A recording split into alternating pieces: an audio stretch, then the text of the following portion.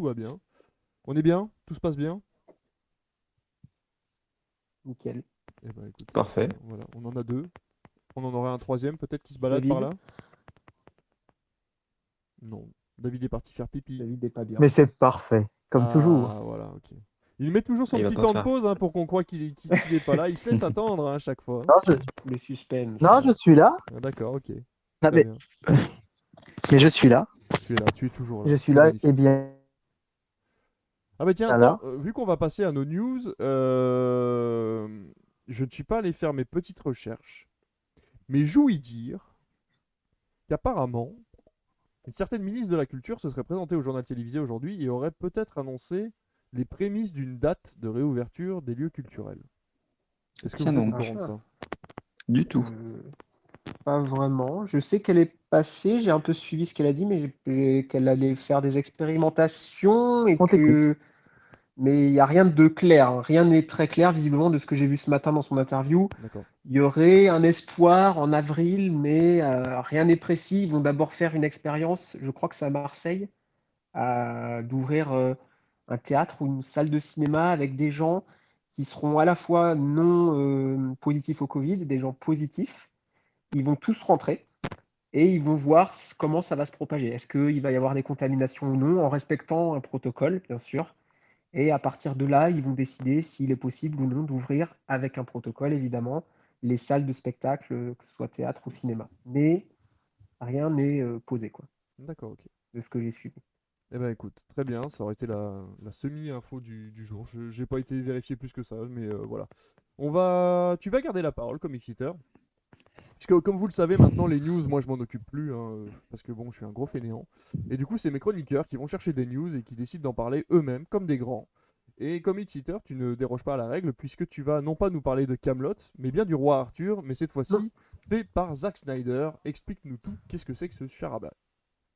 Oui, effectivement. Alors, j'ai vu ça, en fait, Zack Snyder, c'est la Zack Snyder mania en ce moment, avec la future sortie de sa Justice League, hein, son Bien Snyder sûr, Cut. Snyder's Cut. Et Au secours. il a déjà un projet qui arrive cette année, qui est le remake de Army of the Dead, qui sera sur Netflix. C'est ça. Et, et plus tard, alors il n'y a aucune date, hein, toutes les news que j'ai aujourd'hui, c'est vraiment des projets qui ne sont pas datés, qui ont leur réalisateur, qui vont commencer, mais on ne sait rien de plus, c'est prochainement. Et c'est le cas de sa légende du roi Arthur. Il a décidé de faire un projet qui lui tient à cœur depuis longtemps, c'est de faire un film autour de la légende du roi Arthur. Et il est en train de réfléchir au récit. Dans une interview, il a expliqué qu'il allait faire un récit fidèle à la mythologie arthurienne. Et il a dit que ça va prendre un moment, il ne sait pas quand ce sera, mais il travaille là-dessus. Donc c'est un projet de Snyder qui lui tient à cœur sur le roi Arthur, et on en saura peut-être plus d'ici quelques mois. Verrons bien. Ben, on verra ça, très bien. Petite news, mais news quand même. Je vais en profiter du coup pour embarquer sur la bande-annonce de la Snyder's Cut qui est en train d'être diffusée pour faire ma petite news à moi. Puisque la date officielle de la sortie en France de la Snyder's Cut a été décidée, ce sera le 22 avril, mais Warner n'a absolument pas communiqué sur le support de diffusion. Il y a de fortes chances que ce soit de la SVOD ou de la VOD, puisque de toute façon, ça serait très compliqué d'en faire la communication, ainsi que de sortir les disques durs qui permettraient d'avoir le film dans les salles pour le 22 avril, même si on a une réouverture des salles, je pense. Je ne sais pas si David, tu pourras confirmer ma théorie. Mais voilà, en tout cas, le 22 avril, date officielle de sortie de la Snyder's Cut en France, puisque ce sera le 18 mars aux États-Unis sur HBO Max et dans les peu de salles qui sont ouvertes aux États-Unis.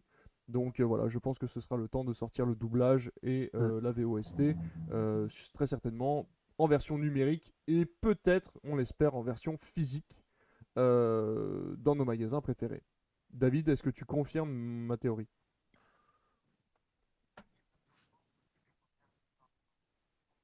Ok. David? Oui, bah, je pense aussi que Warner a pas sans doute une envie folle non plus de le sortir en salle chez nous. Il y a certes une. Je Oui, t'entends, oui, je moi. suis là. Ah non, Moi, mais je c'est t'entends qu'on a, aussi. Allô, allô, on a un gros retard en fait entre allô. quand on te parle et quand tu réagis.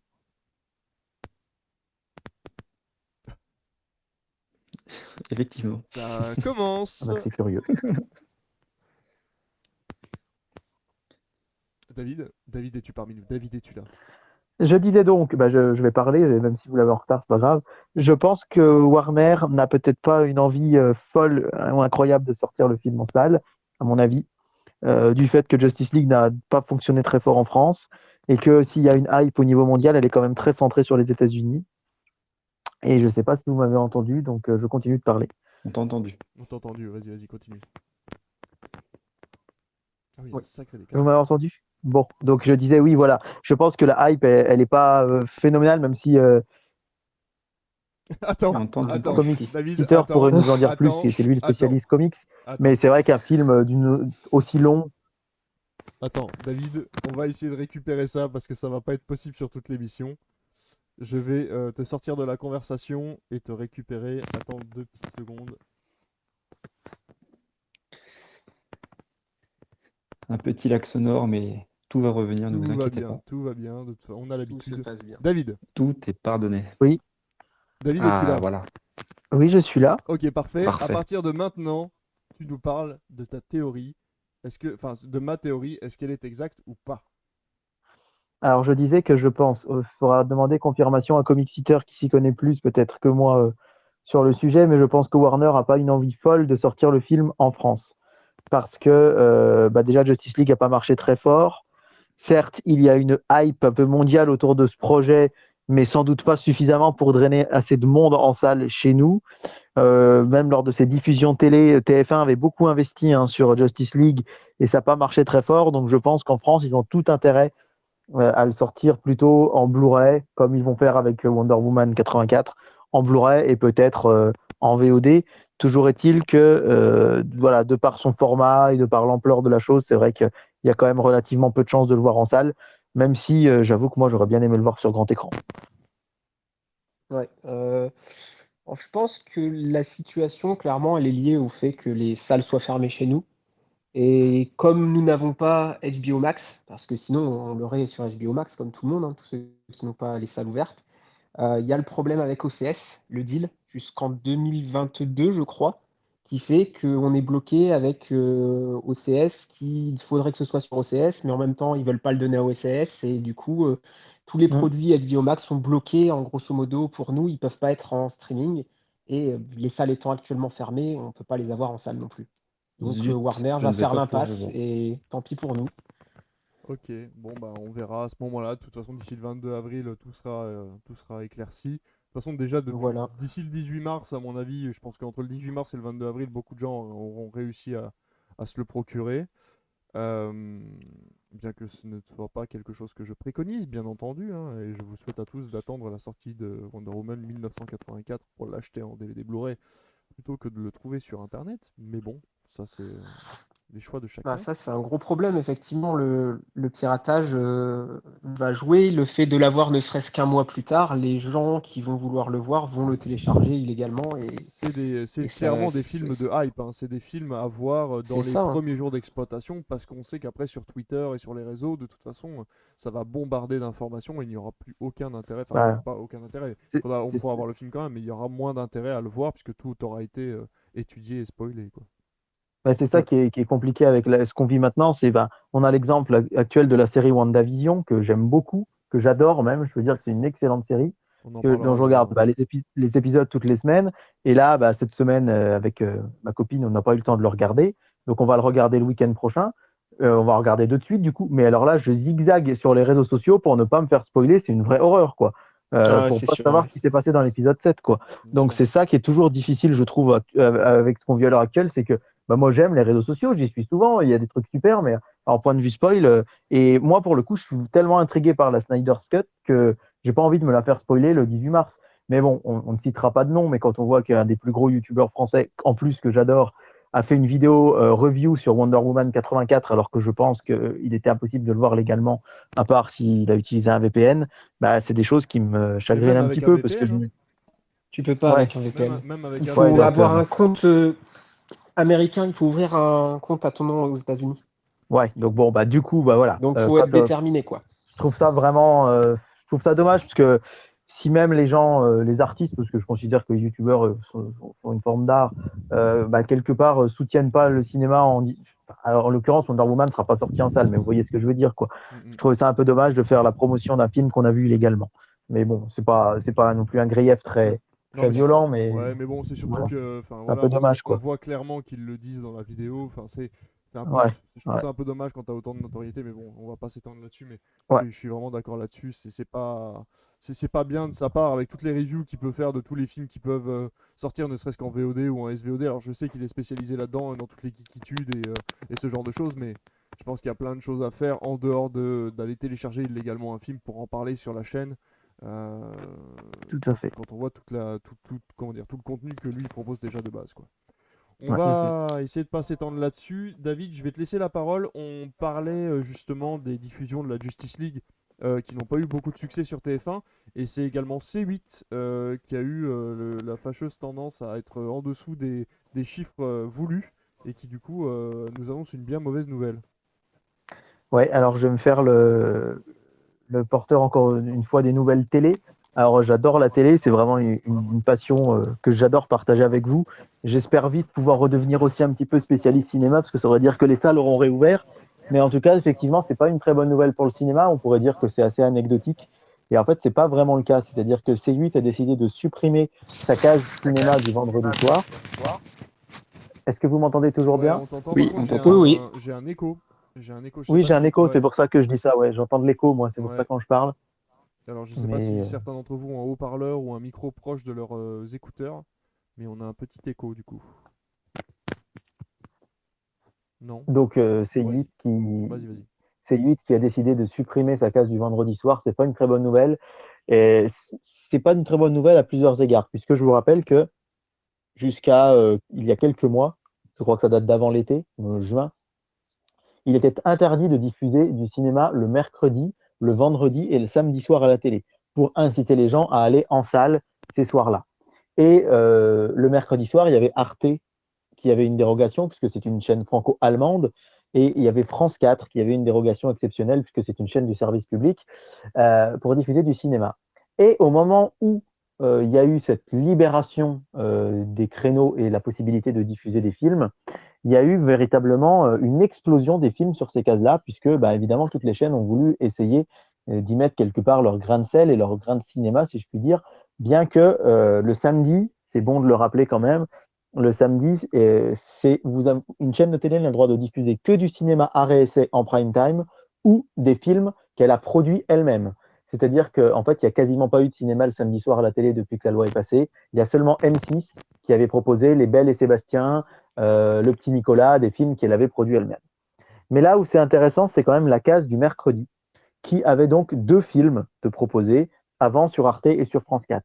Quand il y a eu la libération des créneaux horaires, il y a eu jusqu'à 8 films de diffusés le mercredi soir. 8 films, c'est vraiment ce qu'on a en général le dimanche ou le lundi, qui sont les deux plus grosses journées de cinéma à la télé.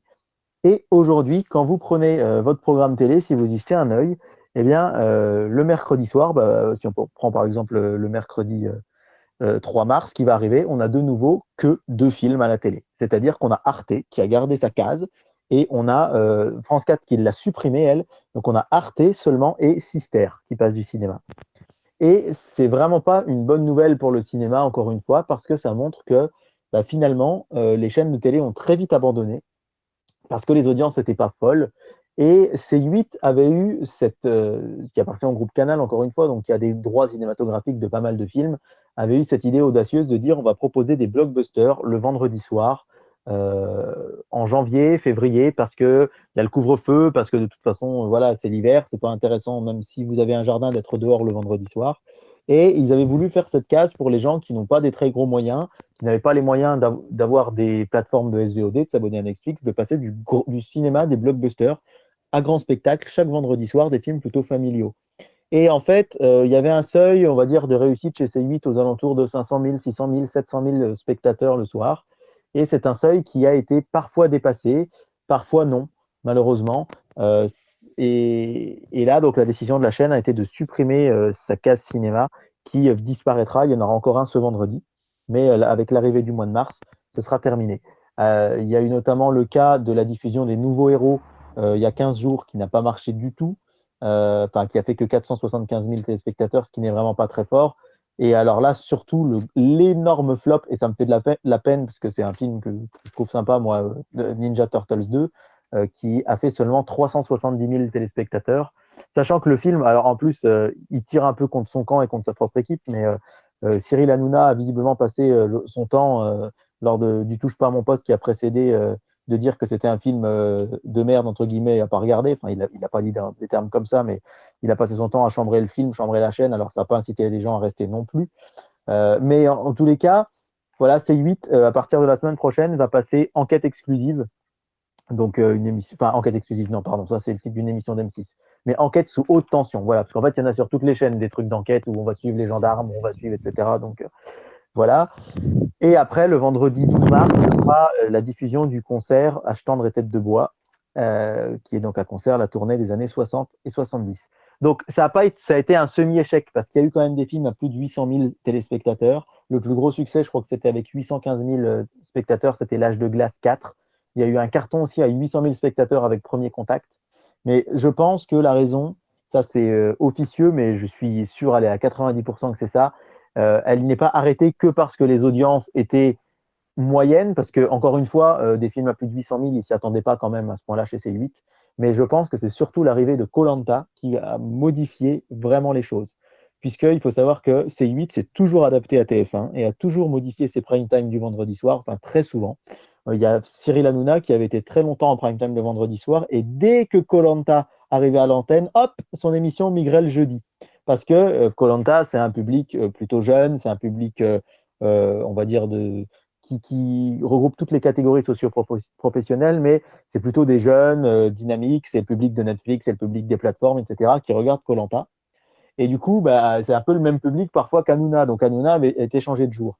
Et là, je pense qu'on voit clairement qu'il se positionne en passant des documentaires d'enquête comme ça sur les gendarmes, sur la police, etc., et des concerts de chanteurs des années 60 qui vont plutôt essayer d'attirer une population de téléspectateurs plus âgés, des gens de 50 ans et plus, qui eux, n'aiment pas koh et qui, du coup, vont se déplacer ici. Parce que quand on passe koh et qu'en face, on passe, comme C8 a pu le faire, La Planète des Singes ou Ninja Turtle, c'est aussi un peu le même genre de public.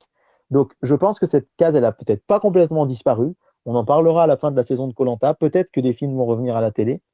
Mais encore une fois, le cinéma a été pour les chaînes de télé véritablement la manière de faire des audiences incroyables, notamment pendant le premier confinement.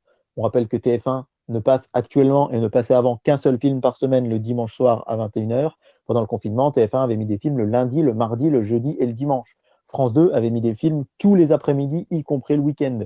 Et là, malheureusement, il y a un petit désintérêt peut-être des Français pour le cinéma à la télé. Et surtout malheureusement, on a aussi le fait que les chaînes sont de plus en plus frileuses parce que je vous rappelle que ça coûte de l'argent de diffuser un film pour une chaîne de télé et elles préfèrent parfois recycler des téléfilms ou des vieilles émissions, etc. Et quand on dit que regarder le cinéma à la télé, c'est soutenir le cinéma et les salles, je l'avais déjà dit dans l'émission qu'on avait fait tous les deux avec David, mais je le redis, vraiment, c'est vraiment un acte tout bête, même si c'est pas bien ce que je vais dire, mais si vous passez votre soirée sur votre PC ou sur une console portable, bah, ne serait-ce que d'avoir la télé en fond avec un film qui passe, c'est vraiment soutenir vos salles parce que les chaînes de télé, c'est les premiers soutiens, c'est les premiers, c'est plus que des soutiens, puisqu'elles financent le cinéma français de par l'argent qu'elles leur donnent, etc., et le cinéma européen. Donc le jour où il y aura plus de cinéma, où il y aura moins de cinéma à la télé, on va dire qu'il n'y en aura jamais plus, mais moins il y a de cinéma à la télé, moins la production française et les productions françaises et européennes vont s'en sortir. Donc encore hier soir, hein, avec le dimanche soir, avec les deux films qui d'habitude sont toujours en tête, là, qui se sont fait battre par un téléfilm. Donc voilà, c'est pas forcément des très très bonnes nouvelles, mais j'invite encore une fois tous les gens qui nous écoutent à de temps en temps, bah voilà, un soir dans la semaine, pourquoi pas essayer de se regarder un film à la télé plutôt que de regarder les plateformes. Ça nous aide, nous, vraiment, les exploitants de cinéma. Merci David.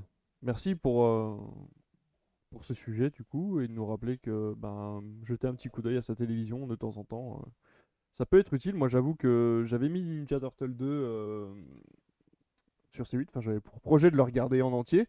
Mais je vais t'avouer que Hanouna retardant de plus en plus la fin de son émission, Ouais. c'est d'un désagréable au possible.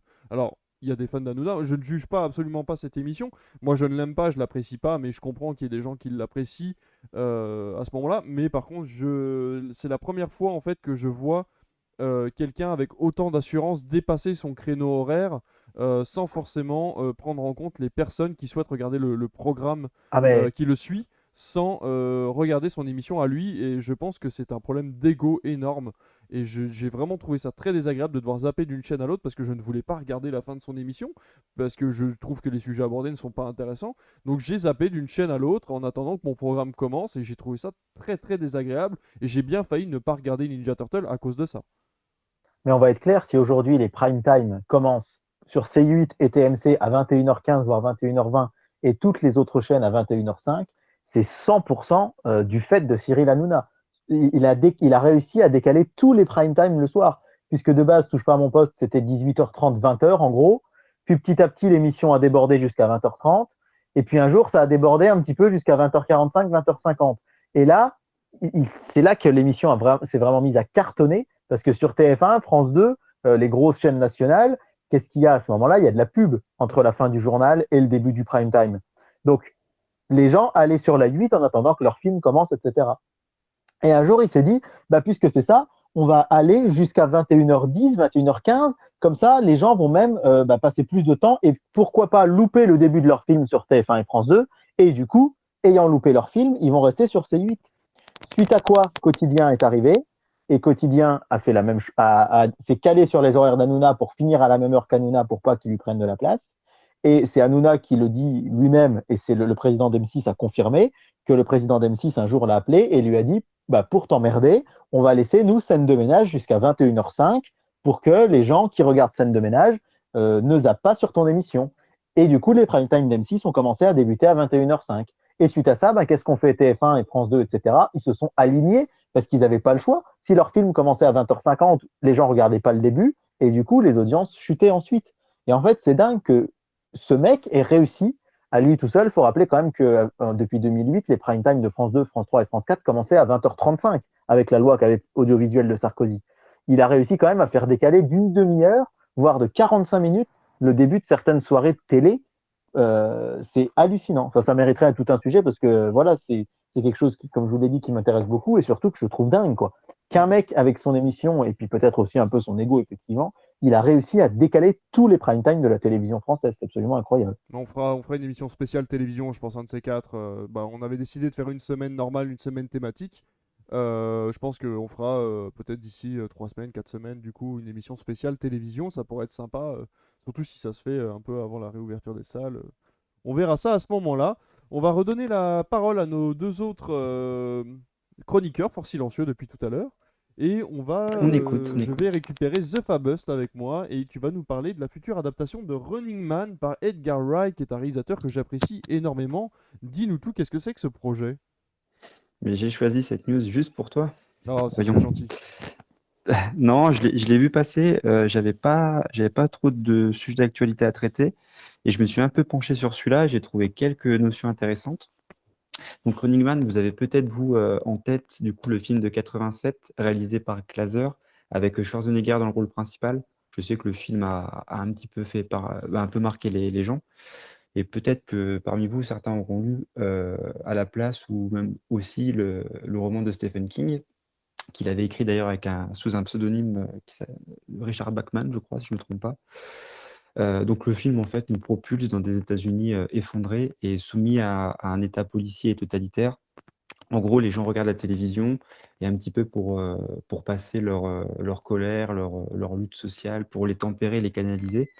L'État leur donne des programmes très ciblés et notamment un programme qui cartonne qui s'appelle The Running Man, où on suit, du moins dans le film de 87, un condamné à mort qui doit survivre un certain temps dans l'émission. Et les gens le regardent et le suivent pour voir comment il va s'en sortir. Le film de 87, lui, est un peu différent du livre, puisque dans le livre, c'est un homme ruiné qui ne peut pas soigner sa fille, si je ne me trompe pas, et qui veut participer à l'émission pour essayer de C'est ça, ouais. gagner la prime qu'il obtient en cas de victoire, alors que dans le film, c'est un policier qui refuse d'obéir à un ordre et qui se retrouve un peu injustement du coup en prison. Il s'évade et pour que sa peine soit annulé, on lui propose de participer à ce show-là. Je sais que le film, à l'époque, avait été critiqué en ce sens. On avait la fameuse confrontation des fans de l'œuvre de base qui ne comprenaient pas ce qu'était devenu leur film. Donc ça a toujours été un combat qu'on verra partout dans toutes les adaptations. Et visiblement, la Paramount, donc, qui a commandé ce film, a promis que la version de Edgar Wright, pardon, serait beaucoup plus proche du livre que de la version qui avait été faite par Glazer. Petite chose aussi qui pourra t'intéresser, toi, David, c'est que le film est coécrit avec déjà la personne qui avait aidé Edgar Wright à écrire Scott Pilgrim. Donc on D'accord. sait que c'est des gens qui savent travailler ensemble. Ouais, complètement. On a vu ce que ça donnait, et du coup, moi, je trouve ça plutôt intéressant et bon signe. Du coup, je peux présenter rapidement Edgar Wright s'il y a vraiment besoin. C'est le réalisateur de la trilogie des Cornetto. Donc, si je ne me trompe pas, dans l'ordre, ça doit être Shaun of the Dead, Hot Fuzz et Le Dernier Pub avant la fin du monde. Je crois que c'est Exactement. cet Ouais, C'est ça. ordre-là. très bien Ouais, vu. c'est Ouais. ça. Il a fait donc le fameux Scott Pilgrim. Il a fait un peu plus récemment le fameux et mon Edgar Wright préféré, Baby Driver. Complètement. Je J'adore. crois qu'il Pareil. a un film qui... Pardon? On adore tous les deux. Ouais, il est C'est mon préféré aussi. excellent.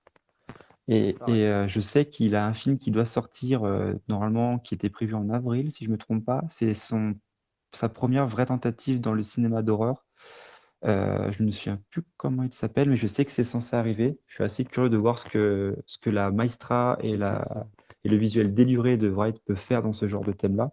Et je suis encore plus intéressé de savoir ce qu'il va faire avec un film comme Running Man, puisque on a l'habitude de voir des films très rythmés, avec beaucoup d'action, mais avant tout un humour c'est plus l'humour qui se sert de l'action que de l'inverse. C'est Et Last du coup, je me Night dis, in Soho. Là, voilà, c'est ça, exactement. On en sait juste qu'apparemment c'est de l'horrifique, psychologique un petit peu. Donc même ça me surprend venant de lui. Donc j'ai l'impression qu'il va dans des territoires qui lui ressemblent un petit peu moins, sauf si il va prendre quelque chose et en faire complètement sien. Mais en y réfléchissant d'ailleurs, je trouve que même avec Baby Driver, il a commencé à enclencher une direction un peu différente de ce qu'il faisait avant. Peut-être un petit peu moins centré sur l'humour. En fait, ce qui se passe, c'est qu'Edgar Wright a une réalisation complètement différente quand il réalise pour une production américaine ou pour une production anglaise. Puisqu'on voit que Oui, la c'est vrai aussi, trilogie du puisqu'il est Cornetto, anglais, le ouais, monsieur, oui. la trilogie du Cornetto a une réalisation complètement différente, beaucoup plus hachée et coupée au couteau, avec un style vraiment très particulier, comparé à Scott Pilgrim, qui est très original, mais qui ne correspond pas au standard qu'il a créé pour la trilogie du Cornetto et pour Baby Driver non plus, du coup. Donc on sent vraiment deux différences de réalisation, et je pense que c'est pour ça qu'il s'est fait jarter à l'époque du projet Ant-Man qu'il faisait pour Marvel. Et il s'est fait virer à l'époque pour, comme il disait à chaque fois, divergence artistique. Oui, c'est ça. Même si on reconnaît une patte globale, on voit que c'est lui. Effectivement, les films dont tu parles ont des rythmes, en tout cas, des rythmes vraiment très différents. Mm, mm. Et c'est ce qui me rend assez curieux, moi, personnellement, parce que je n'ai pas spécialement adoré la mouture de Glazer avec Schwarzenegger, mais l'histoire en elle-même, c'est assez. Je me dis qu'un mec qui doit survivre face à des mecs qui veulent le tuer, si c'est réalisé par un mec qui sait tourner de l'action, et là, on sait que c'est le Mm, cas, mm, mm. qui sait mettre l'humour qu'il faut y mettre, je me surprends moi-même à vouloir le voir, donc je voulais en parler rapidement sur Complètement. cette émission. Ouais, non, mais je suis entièrement d'accord. T'as bien fait de nous en parler. Qu'est-ce que je vais faire, moi? Tiens, est-ce que je vais pas retourner Si, allez, Comic Seater. Comic Seater, c'est à toi, c'est à ton tour. Tu vas nous parler du projet de dessin animé des Gremlins.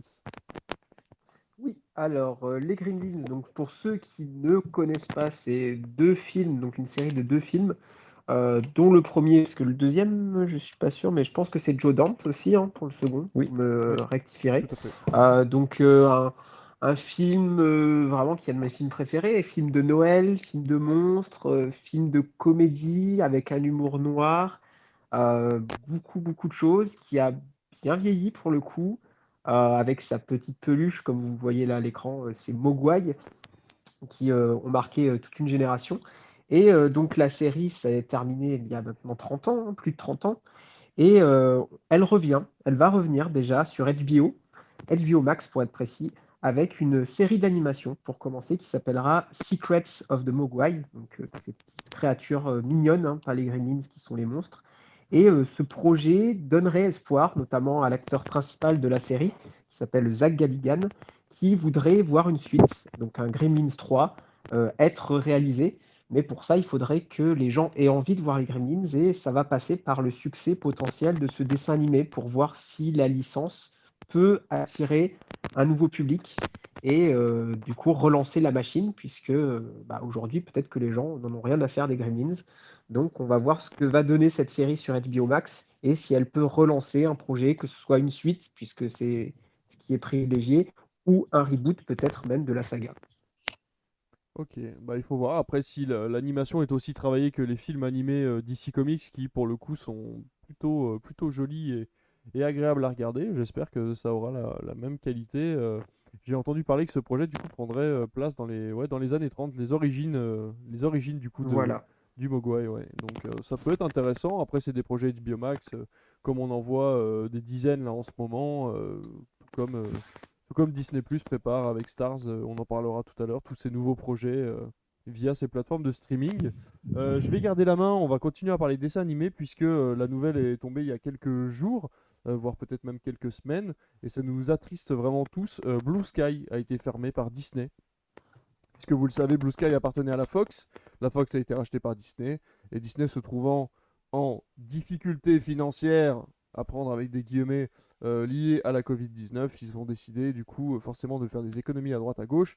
Apparemment ont dit que c'était principalement à cause de la fermeture des parcs qui leur coûte énormément d'argent par jour à être fermés mais à entretenir quand même.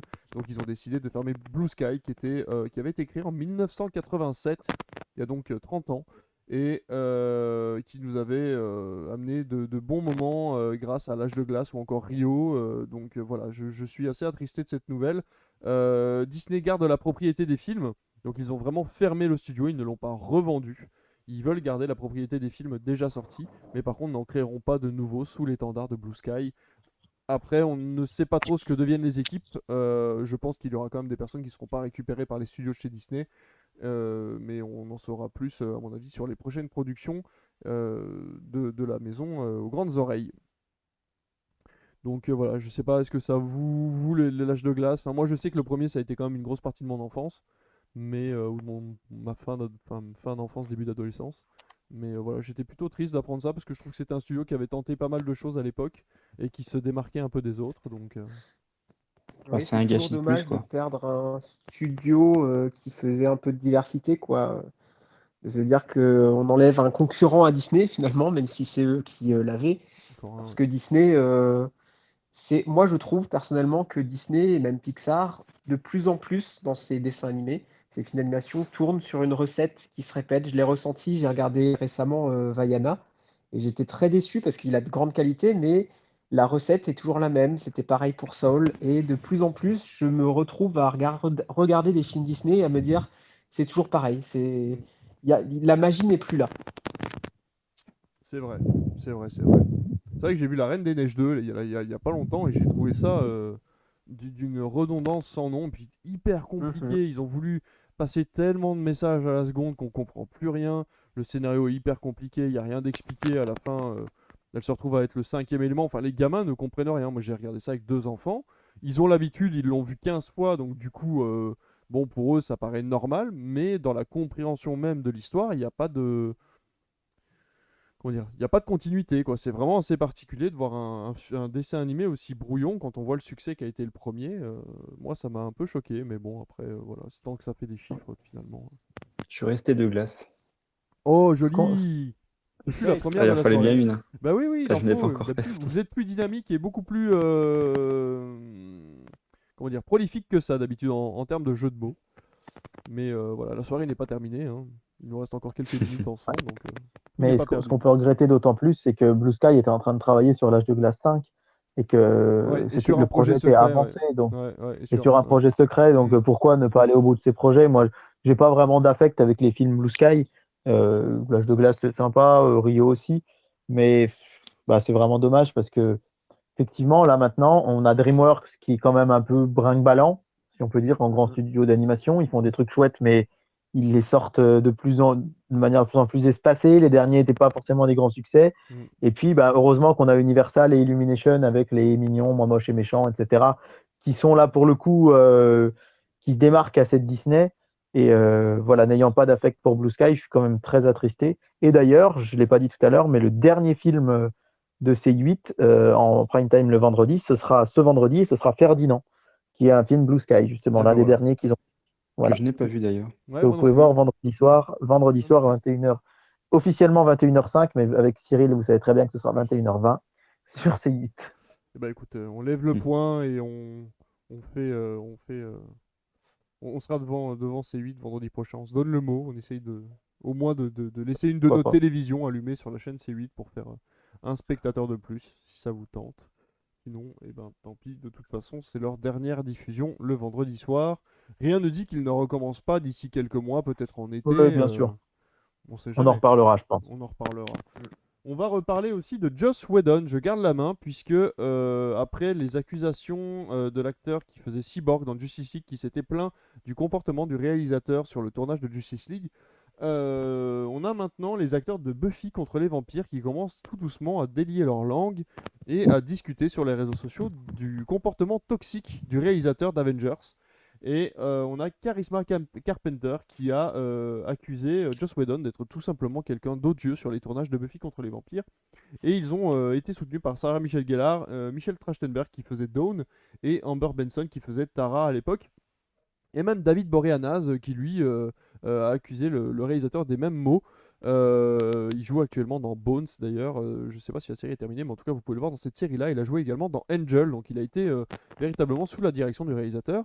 Des accusations qui commencent un peu à se répéter et j'ai trouvé ça assez intéressant de voir cette différence d'ambiance entre la patte que l'on peut voir dans les films de Joss Whedon qui joue beaucoup justement sur l'humour et sur la, comment dire, sur la fraternité, ce genre de choses, sur la coopération. J'ai encore vu, on en parlait tout à l'heure, le Age of Ultron, et voilà, il essaye quand même de créer une cohésion dans l'équipe, même si dans Age of Ultron, moi je trouve qu'il n'y est pas arrivé, mais voilà, il essaye quand même de faire ça, et donc derrière, apparemment, les acteurs sont vraiment déçus du comportement du réalisateur. Je sais pas si vous avez eu d'autres retours de ce type-là, mais moi ça me choque là vraiment en ce moment, les langues se délient sur pas mal de monde. Alors est-ce qu'il faut le croire ou pas? Là je trouve que ça fait quand même beaucoup d'acteurs qui en parlent d'un coup, donc je pense qu'on ne peut que partir sur de la véracité. Ouais, effectivement, j'ai un peu suivi ça et on en voit de plus en plus ce genre de cas de réalisateurs à qui on reproche d'avoir été dur sur le tournage. Alors quand c'est une personne, on se dit pourquoi pas, ça peut aussi faire partie. Et puis avec le recul, on se rend compte que la personne admet que certes la personne est dure, mais que finalement c'était pas très grave et que ça a donné un bon résultat. On pense à Kubrick par exemple avec l'actrice, je n'ai plus son nom dans Shining où ça, pendant longtemps, on en a parlé, et elle-même a dit que c'est grâce à ça qu'elle a pu jouer son rôle, mais bon, est-ce qu'on excuse ou pas le comportement? C'est là la question, c'est on arrive à un résultat avec des méthodes qui parfois sont peut-être un peu dures, mais là c'est un peu répété, donc c'est un petit peu gênant sur le cas de Whedon, effectivement. Il faut voir si tout cela s'avérer vrai ou si certains acteurs finalement ont un ressentiment et qu'ils vont profiter de ce phénomène pour se faire entendre. Bien sûr, bien sûr. J'en profite pour dire coucou à Maxence. Oula, quelqu'un a son micro très proche de son nez. Oui, On entend effectivement. des retours de respiration. Ah, on n'entend plus. À mon avis, la personne a discrètement éloigné le Ah bah micro. c'était peut-être moi du coup, Ah, j'ai pas fait peut-être. gaffe, Ah pardon. bah, c'est pas grave. Non, non, ne t'inquiète pas. Ne t'inquiète pas. Du coup, coucou Maxange. Oui, et du coup, comme Eater, effectivement, ça fait vraiment bizarre. Après, je ne pense pas que le résultat soit forcément l'excuse à ce genre de comportement, mais bon. On verra Effectivement. si ça lui porte préjudice pour le reste de sa carrière. Après, pour l'instant, il n'est pas très prolifique. Il a été retiré des projets Marvel de toute façon. Il sera, à mon avis, plus vraiment disponible pour les projets Warner après l'échec de Justice League. Donc on verra si Joss Whedon a encore sa chance. Même s'il a eu de très très bons résultats sur des séries comme Buffy, voilà, on ne peut que le remercier pour ce genre de série. Mais bon, et le premier Avengers aussi, qui était très bon à l'époque et qui a amené un renouveau dans le Mhm. film de super-héros. Mais est-ce que cela excuse tout? Je ne suis pas sûr. Non. David, on va discuter tous ensemble des micro-coupures qui risquent d'arriver ou qui vont arriver sur les chaînes privées à la télévision. Et on continuera directement avec l'affiche des prochains duels du dimanche soir. Puisque comme ça, on fera d'une pierre deux coups. Dis-nous tout, Exactement. vas-y, je te donne la parole. Alors, elles sont arrivées déjà, en fait, et elles sont arrivées il y a maintenant un peu plus d'un an. Des micro-coupures sont des choses qui se faisaient beaucoup aux États-Unis et qui se font dorénavant maintenant. Et j'ai pensé à vous en parler parce que ça n'avait pas encore été le cas. Et moi, hier soir, j'ai fait partie des quelques seulement 2 800 000 spectateurs à avoir regardé Charlie et la chocolaterie sur TF1, puisque je l'avais vu il y a très longtemps. Et en fait, je ne l'avais pas vu dans des bonnes conditions parce que je me souviens que quelqu'un m'avait appelé pendant le film et du coup, ça m'avait complètement sorti de l'œuvre. Et voilà. Donc hier, j'ai regardé ce film de Warner Bros, Charlie et la chocolaterie sur TF1. Et j'ai découvert que les micro-coupures pub, qui étaient d'ordinaire plutôt consacrées à des jeux télé ou à des émissions de prime time de TF1, style Mask Singer, etc., étaient arrivées dans les films. Et alors, c'est plutôt une bonne nouvelle, moi, je trouve, parce que micro-coupure de pub veut dire plus petite coupure de pub. Ce n'est pas une coupure de pub supplémentaire. Depuis une loi qui est arrivée, je crois maintenant, il y a peut-être 7-8 ans maintenant, enfin je n'ai pas la date, j'aurais dû rechercher, désolé. Maintenant, vous savez que sur les chaînes privées, on a le droit à 2 coupures pub par film, là où on a grandi tous les 4 à une époque où il n'y en avait qu'une. Et dorénavant, en fait, on est passé à un format pour les annonceurs qui est beaucoup plus intéressant, c'est celui de la micro-coupure de pub. Puisque, à la différence de quand on a grandi et qu'on avait TF1, France 2, France 3, Arte et M6 en prime time, là aujourd'hui, il faut rappeler qu'on a 27 chaînes qui émettent et que si on n'a pas besoin d'aller faire un petit pipi ou de regarder ses réseaux sociaux sur son smartphone, eh ben, ce qui est quand même le plus tentant de faire, c'est de zapper, de regarder un programme et surtout d'aller sur des programmes comme les chaînes info, par exemple, qui cartonnent pendant les coupures pub. Parce qu'effectivement, si pendant une coupure d'un film, vous allez voir 5 minutes d'un autre film, ça a un peu d'intérêt. Ça a très peu d'intérêt, mais si vous allez voir voilà, juste les infos pour voir tiens, qu'est-ce qui se passe dans le monde, ou le match de foot, c'est quoi le score, etc., c'est différent. Et du coup, les chaînes ont mis en place un principe qui est forcément gagnant pour le spectateur, c'est la micro-coupure pub. Alors, ce qui s'est passé hier dans Charlie et la chocolaterie, c'est qu'on a eu la première pub, donc après 45-50 minutes du film, pub classique qui a duré environ 4 minutes, 4 minutes 30, 5 minutes, ça dépend en général pour les films, mais c'est dans ces eaux-là, qui est une coupure pub classique. Et la deuxième, ça a été une micro-coupure. Donc le principe, c'est que la coupure pub peut durer entre 45 secondes et 1 minute 30. C'est donc une coupure pub très brève, hein, vous n'avez pas le temps d'aller aux toilettes ou de vous servir un verre d'eau, hein. C'est vraiment très bref. Du coup, ça incite le téléspectateur qui sait qu'elle va être courte à ne pas changer de chaîne parce qu'il sait qu'il risque de ne pas retrouver son film dans la foulée. Et du coup, il n'y a pas de chute d'audience au moment de la pub. Donc, pour les annonceurs, c'est hyper intéressant.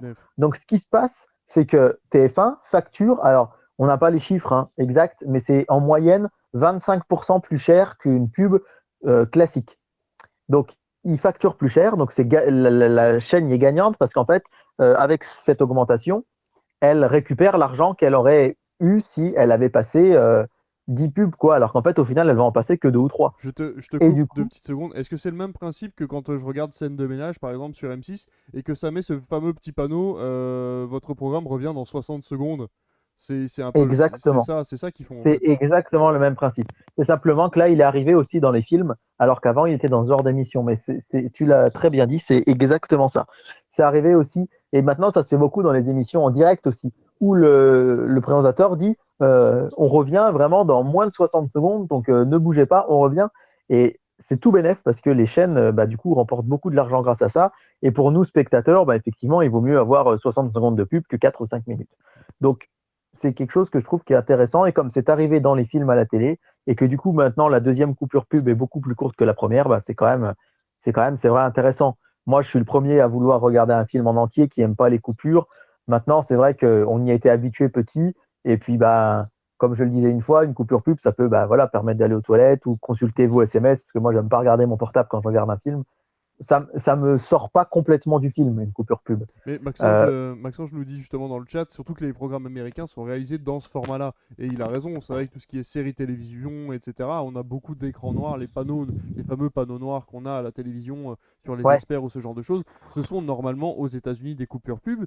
Et si je peux continuer là-dessus, c'est vrai que moi, quand j'y suis allé, on avait regardé, j'étais à l'hôtel et du coup, on pouvait pas trop sortir, il faisait mauvais. J'avais regardé Kung Fu Panda, je me souviens à l'époque, sur la télévision, et il y avait toutes les 20 minutes, à peu près 15-20 minutes, il y avait une toute petite coupure pub. C'était vraiment des coupures de 15-20 secondes par pub et il y avait 2-3 pubs grand maximum. Donc ça faisait une coupure de 60 Ouais, secondes. complètement. Et ça n'incite pas à changer de chaîne parce qu'on sait que ça va durer que quelques secondes. Et donc forcément, il y a beaucoup plus d'impact pour le spectateur, comme tu disais, sur une toute petite coupure pub que sur une grande. Et on en veut peut-être moins aussi à la chaîne. Finalement, nous, en tant que spectateurs, on est plus à l'aise avec une toute petite coupure pub. On se dit, oh, bah, finalement, je vais rester là, il n'y en a pas pour longtemps, et tu recommences ton programme direct après. Que quand tu dis, oh, il y en a pour 5 minutes, bon, bah tant pis, je vais faire autre chose, quoi.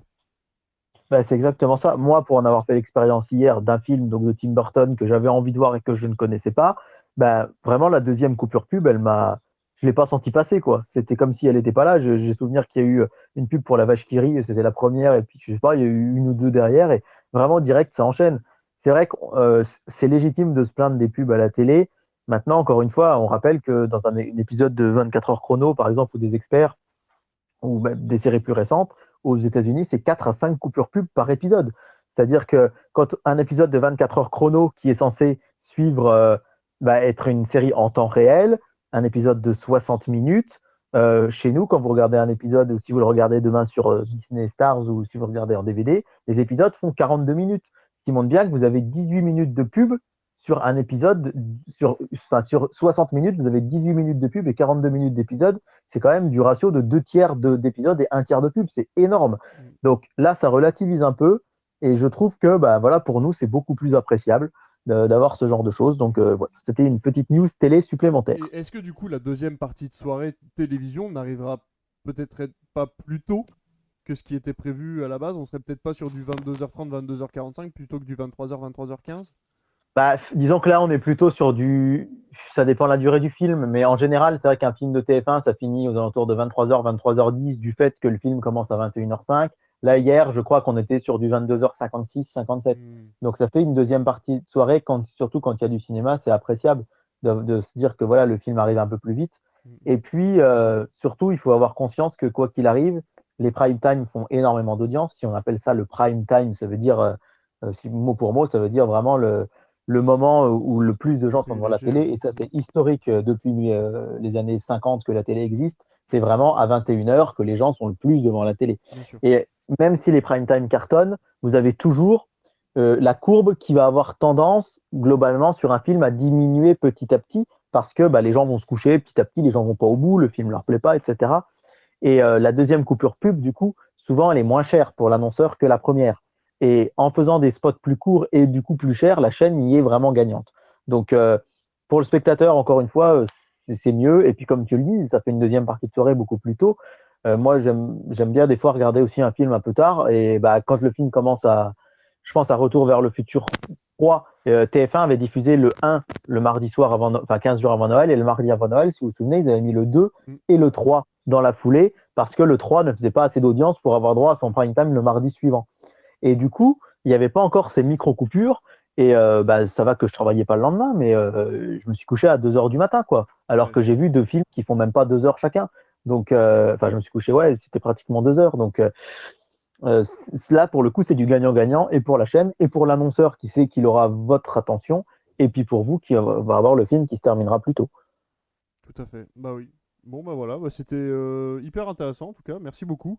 On va changer de domaine. C'est toi, The Fabus, qui va reprendre la main et on terminera du coup avec Comic Eater qui nous parlera de ces 2 dernières petites news en bref. On va parler du contexte des Césars 2021 puisque la bande-annonce des Césars, que j'ai trouvé d'ailleurs très drôle moi, est sortie. Donc je te laisse nous en parler, The Fabus. Oui, je voulais parler un peu des Césars 2021, effectivement. Donc, ils sont toujours prévus pour le 12 mars à l'Olympia et en présentiel. C'est à signaler. Donc, je sais qu'il y aura des consignes très strictes d'un point de vue sanitaire. J'imagine les tests à faire les jours d'avant pour tous les gens présents dans la salle. Moi, je sais que personnellement, je ne sais pas pour vous, mais j'étais assez incertain sur la tenue de cette cérémonie. Parce que, outre le fait que, effectivement, les salles sont fermées depuis pas mal de temps maintenant, on a tous ces films qui ont été repoussés, on a tous ces films qui ont été annulés. On peut aussi rappeler que toute l'instance dirigeante de l'Académie a démissionné l'année dernière. On se rappelle aussi de comment s'est passée la fin de la dernière cérémonie avec le cas Polanski. Je me suis vraiment posé la question si ils allaient soit changer la formule au moins pour cette année, ou soit carrément annuler le festival. Et visiblement, ce n'est absolument pas l'intention, puisque toutes les catégories sont encore présentes. C'est donc en présentiel, comme je l'ai dit. Et ce qu'on peut peut-être noter par rapport à ce qui se passe, c'est, on va dire, la faible diversité des noms Ah qui sont bah, c'est cités, même qui ont plus été faible nommés. là, c'est quasi ridicule. C'est ridicule et j'ai même des chiffres assez amusants ou pas, suivant comment on situe le problème. C'est que quand ils ont dévoilé la liste des différents films nommés, on s'est rendu compte que certains films trustaient complètement la cérémonie. Le film de Emmanuel Mouret, Les choses qu'on dit, les choses qu'on fait, est cité 13 fois, soit dans toutes les catégories où il peut légitimement être proposé. Donc pas les films d'animation, pas les courts-métrages, toutes les catégories, vous le trouverez. Le Adieu au con de Dupontel est nommé 12 fois. 12 nominations également pour l'été 85 de Bah, François Ozon. pour Donc, résumer, en fait, moi ce que j'ai pu remarquer, alors j'exagère un petit peu, mais en gros, c'est 5 à 6 films qui tournent en boucle dans toutes les catégories.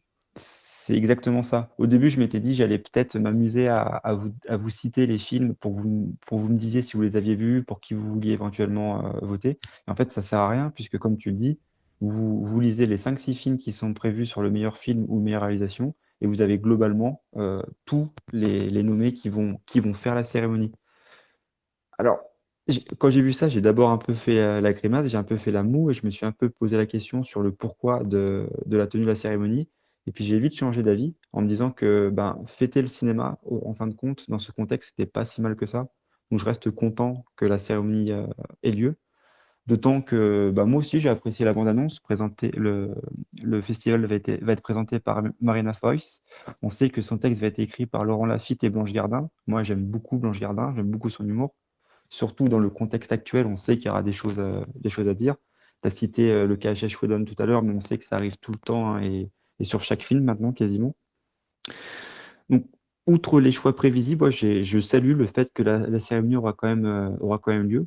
Et j'en profite malgré tout, vu que ben, on sait que les choses qu'on dit, les choses qu'on fait, été 85, adieu les cons, adieu aux cons, pardon, etc., vont tout truster. Est-ce que vous avez eu l'occasion, du coup, malgré le contexte, d'avoir vu quelques-uns de ces films-là, ou pas du tout? Parce que moi, j'ai l'aveu que j'ai à faire, c'est que je dis qu'il n'y a pas beaucoup de films qui sont en lice, mais je n'en ai vu aucun, mais vraiment Alors, aucun. J'ai après, pas eu l'occasion. ce qu'il faut savoir, c'est que du coup, l'année 2020 était très compliquée pour tout le monde, autant pour nos sorties en salle que pour aller voir un film en général, hein, sur les sorties de physique, etc. Donc, sans vouloir trouver des excuses, c'était quand même assez compliqué d'aller au cinéma entre les deux confinements. C'est ça. Moi, j'ai vu Été 85, que j'ai D'accord. trouvé bon. Je vais être franc sur les. Je ne citerai pas lesquels, mais je trouve que sur tous les nominés, il y a certains films qui n'auraient pas été nominés si plus de films avaient pu sortir en salle en 2020. Je trouve que c'est des films qui n'ont pas leur place au César par, comment dire, par observation qualitative, on va dire, voilà, que ça c'est plus peut-être des comédies un peu bateau plus qu'autre chose et que ça n'aurait pas eu forcément sa place dans les Césars si d'autres films étaient sortis. Donc voilà, après, encore une fois, je suis d'accord avec toi, il faut fêter le cinéma, il faut qu'on essaie de ne pas oublier le cinéma, et n'importe quel créneau disponible pour en parler est bien fêteur, donc je ne reproche absolument pas qu'on continue à parler cinéma, même s'il n'y a que 6 ou 7 films en lice. Voilà. Ça sera peut-être des ressorties qui se feront en 2021 aussi, qui permettront aux gens d'y aller. Moi, je me souviens de la première année où j'avais bossé dans le cinéma. On avait ressorti The Artist parce qu'il venait de gagner justement le Golden Globes, et ça avait permis d'amener énormément de monde qui n'était pas allé le voir au premier visionnage, et il avait eu un deuxième succès grâce à ça. Donc on espère peut-être des ressorties en salle, surtout Adieu les cons qui n'avait pas fini il me semble, n'avait pas fini sa programmation à l'époque, donc ça peut être l'occasion d'aller le revoir en salle s'il gagne une récompense. Ça annonce aussi peut-être une réouverture des salles proche aussi, parce qu'on le sait, hein, les distributeurs et les grands pontes du cinéma sont au courant avant tout le monde de ce genre de choses. Donc il est possible aussi que l'avènement des Césars amène aussi peut-être des annonces ultérieures sur la réouverture des cinémas, justement pour que les gens se préparent à y retourner. Et qui sait, un grand scoop pendant la cérémonie, ce serait beau Ah, pour ça serait beau. conclure le festival. Hmm. Comment on appelle ça? Un shadow drop, comme les Nintendo Direct? C'est ça. Bon, je sais que ça a un peu divisé les foules, donc on va pas mentionner le Nintendo Direct ce soir, mais en tout cas, je suis content voilà, de me dire que ce petit rituel du cinéma aura quand même lieu, même si ça ressemble plus à une Ligue 2 qu'à une Ligue 1, je l'admets, mais au moins c'est là, quoi. Non, mais il Ah, faut, je il sais pas faut. si on peut dire. Enfin, il y a quand même des Non, très très. j'exagère, Enfin, j'exagère. il y a quand même. Enfin, je veux dire, adieu les cons. Moi, j'ai adoré. Je trouve qu'il est fantastique. Le fait qu'on ait la communion, qui est pour moi un des plus grands chefs-d'œuvre de ces dernières années, hein, dans les Césars, pardon, du meilleur film étranger. Il y a 1917 aussi. Il y a le Dans fameux le film Mignonne étranger, oui. je pense, Mignonne. Il a beaucoup interpellé. C'est bien qu'il soit là. Tout simplement Noir, qui est une comédie absolument génialissime qui d'ailleurs, David, arrive sur MyCanal la semaine prochaine, je crois, donc je sais que tu Eh voulais le ben, voir. ah, magnifique. Très très bonne nouvelle Ça ça. va être l'occasion. Tu me Ouais, ouais, refais, ouais. tu me refais ma soirée. Et, Hmm. je dirais plus que c'est pas la Ligue 2, mais c'est un peu la Coupe de la Ligue, tu vois, où, Oui, c'est-à-dire, il y a les petits poussés avec les grandes pointes, quoi. il y a quand même des Ouais. clubs de Ligue 2 qui sont avec les Ligue 1, il n'y a pas que de la Ligue 1 cette année. Voilà. Mais peut-être que ça va retourner la situation aussi. Peut-être qu'ils vont se rendre compte que finalement, il faut peut-être remoderniser tout ça et rechanger un petit peu la place des Césars ou la place des films, en tout cas, au sein des Césars. Le fait d'avoir très peu de choix et d'avoir peut-être inséré des films qui n'auraient pas eu leur place à la base va peut-être créer des retournements de situation sur les nominations, et enfin pas les nominations justement, mais sur les élus. Et ça peut être très intéressant à regarder justement cette année à cause de ça. De toute façon, ça sera forcément le cas, puisque on sait que la démission et la constitution d'une nouvelle cellule dirigeante, on va dire, se passe vraiment pour l'instant sur tout ce qui est parité, sur inclusion, sur essayer de représenter le maximum de choses. Et je me dis qu'il va forcément arriver le moment du débat sur ces espèces de noms qui prédominent toutes les cérémonies, Bien qui ne sûr. quittent jamais. Et je pense qu'ils vont vouloir justement, comme tu le disais, vouloir ouvrir ces festivals et les portes du festival à des nouveaux réalisateurs ou alors des réalisateurs qu'on parle un petit peu moins. Ça va forcément un jour venir aussi. Et Après, c'est d'ailleurs très bien au c'est passage. un truc tout bête, mais vous l'avez vu la bande-annonce ou pas? Non, moi je l'ai pas Moi, vu. je l'ai vu, oui. Ouais, et Moi, je l'ai pas vu ben, non plus. alors, bon, c'est pas un spoil parce que de toute façon c'est une bande-annonce. En gros, Marina Foïs la joue vraiment très guindée du début à la fin. D'ailleurs, on se demande comment elle peut être aussi guindée, elle qui ne fait que des comédies. Non, elle fait des films dramatiques. Mais d'ailleurs, c'est une très bonne actrice. Mais enfin voilà, plutôt habituée aux comédies. Et c'est vrai qu'à la fin, bah, du coup, elle nous lâche un gros P. Et elle nous fait oh non, c'est pas vrai. J'ai pété pendant la bande-annonce des Césars, c'est pas vrai, c'est pas vrai. Et du coup, moi j'ai beaucoup rigolé parce que du coup, ça casse complètement l'ambiance qu'on connaît d'habitude des Césars. Et si cette ambiance-là, effectivement, est recréée pendant la cérémonie, la modernisation de cette cérémonie peut être très très intéressante. Avec Blanche Gardin, je pense que ça sera ce ton de toute façon. Ouais, après, Blanche Gardin, moi je l'aime beaucoup, hein, j'adore ce qu'elle fait, mais il y a des fois, et c'est à la limite de l'humour noir, et c'est très Ah, acide, par hein, contre, donc oui, faut voilà. adhérer un minimum à ce genre Au vu du d'humour-là. Oui. contexte actuel, il va vraiment falloir faire très gaffe parce que les gens, il y a vraiment des sujets, que ce soit des spectateurs, des réalisateurs ou des personnes qui seront présentes dans la salle, il y a des sujets à mon avis dont on n'a pas envie d'entendre parler pour le moment et faudra faire très attention avec ça quand même, je pense. C'est Mais bien pour ça qu'elle co-écrit avec Lafitte et ouais. que de toute façon, Marina Foïs, si elle veut pas dire quelque chose, elle le dira pas, quoi qu'il arrive. Donc, Oui, complètement, ouais, je suis entièrement il y a d'accord. cette sécurité-là. Ouais, c'est sûr. Mais en tout cas, j'ai très hâte. Moi, je regarde pas trop les cérémonies d'habitude, ni la Palme, ni les Césars. Et cette année, je suis très curieux de voir ce que ça va donner et sous quelles conditions. Donc, on est très impatient en tout cas de tout ça. Merci beaucoup pour cette news, Fabest. On va du Avec coup plaisir. terminer avec Comic Seater, qui va nous parler d'un projet de film, d'ailleurs d'un projet de film qui est passé il n'y a pas très longtemps à la télé, et bah, de deux projets de films de toute façon.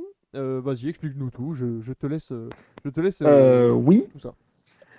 Alors, je vais commencer par vous parler de Insaisissable. On en a parlé, vous en aviez parlé, moi j'étais dans le chat, dans le dernier live, il me semble. On avait parlé justement d'Insaisissable, ce film basé sur une bande de magiciens qui va donc faire tout un tas de tours des plus impressionnants.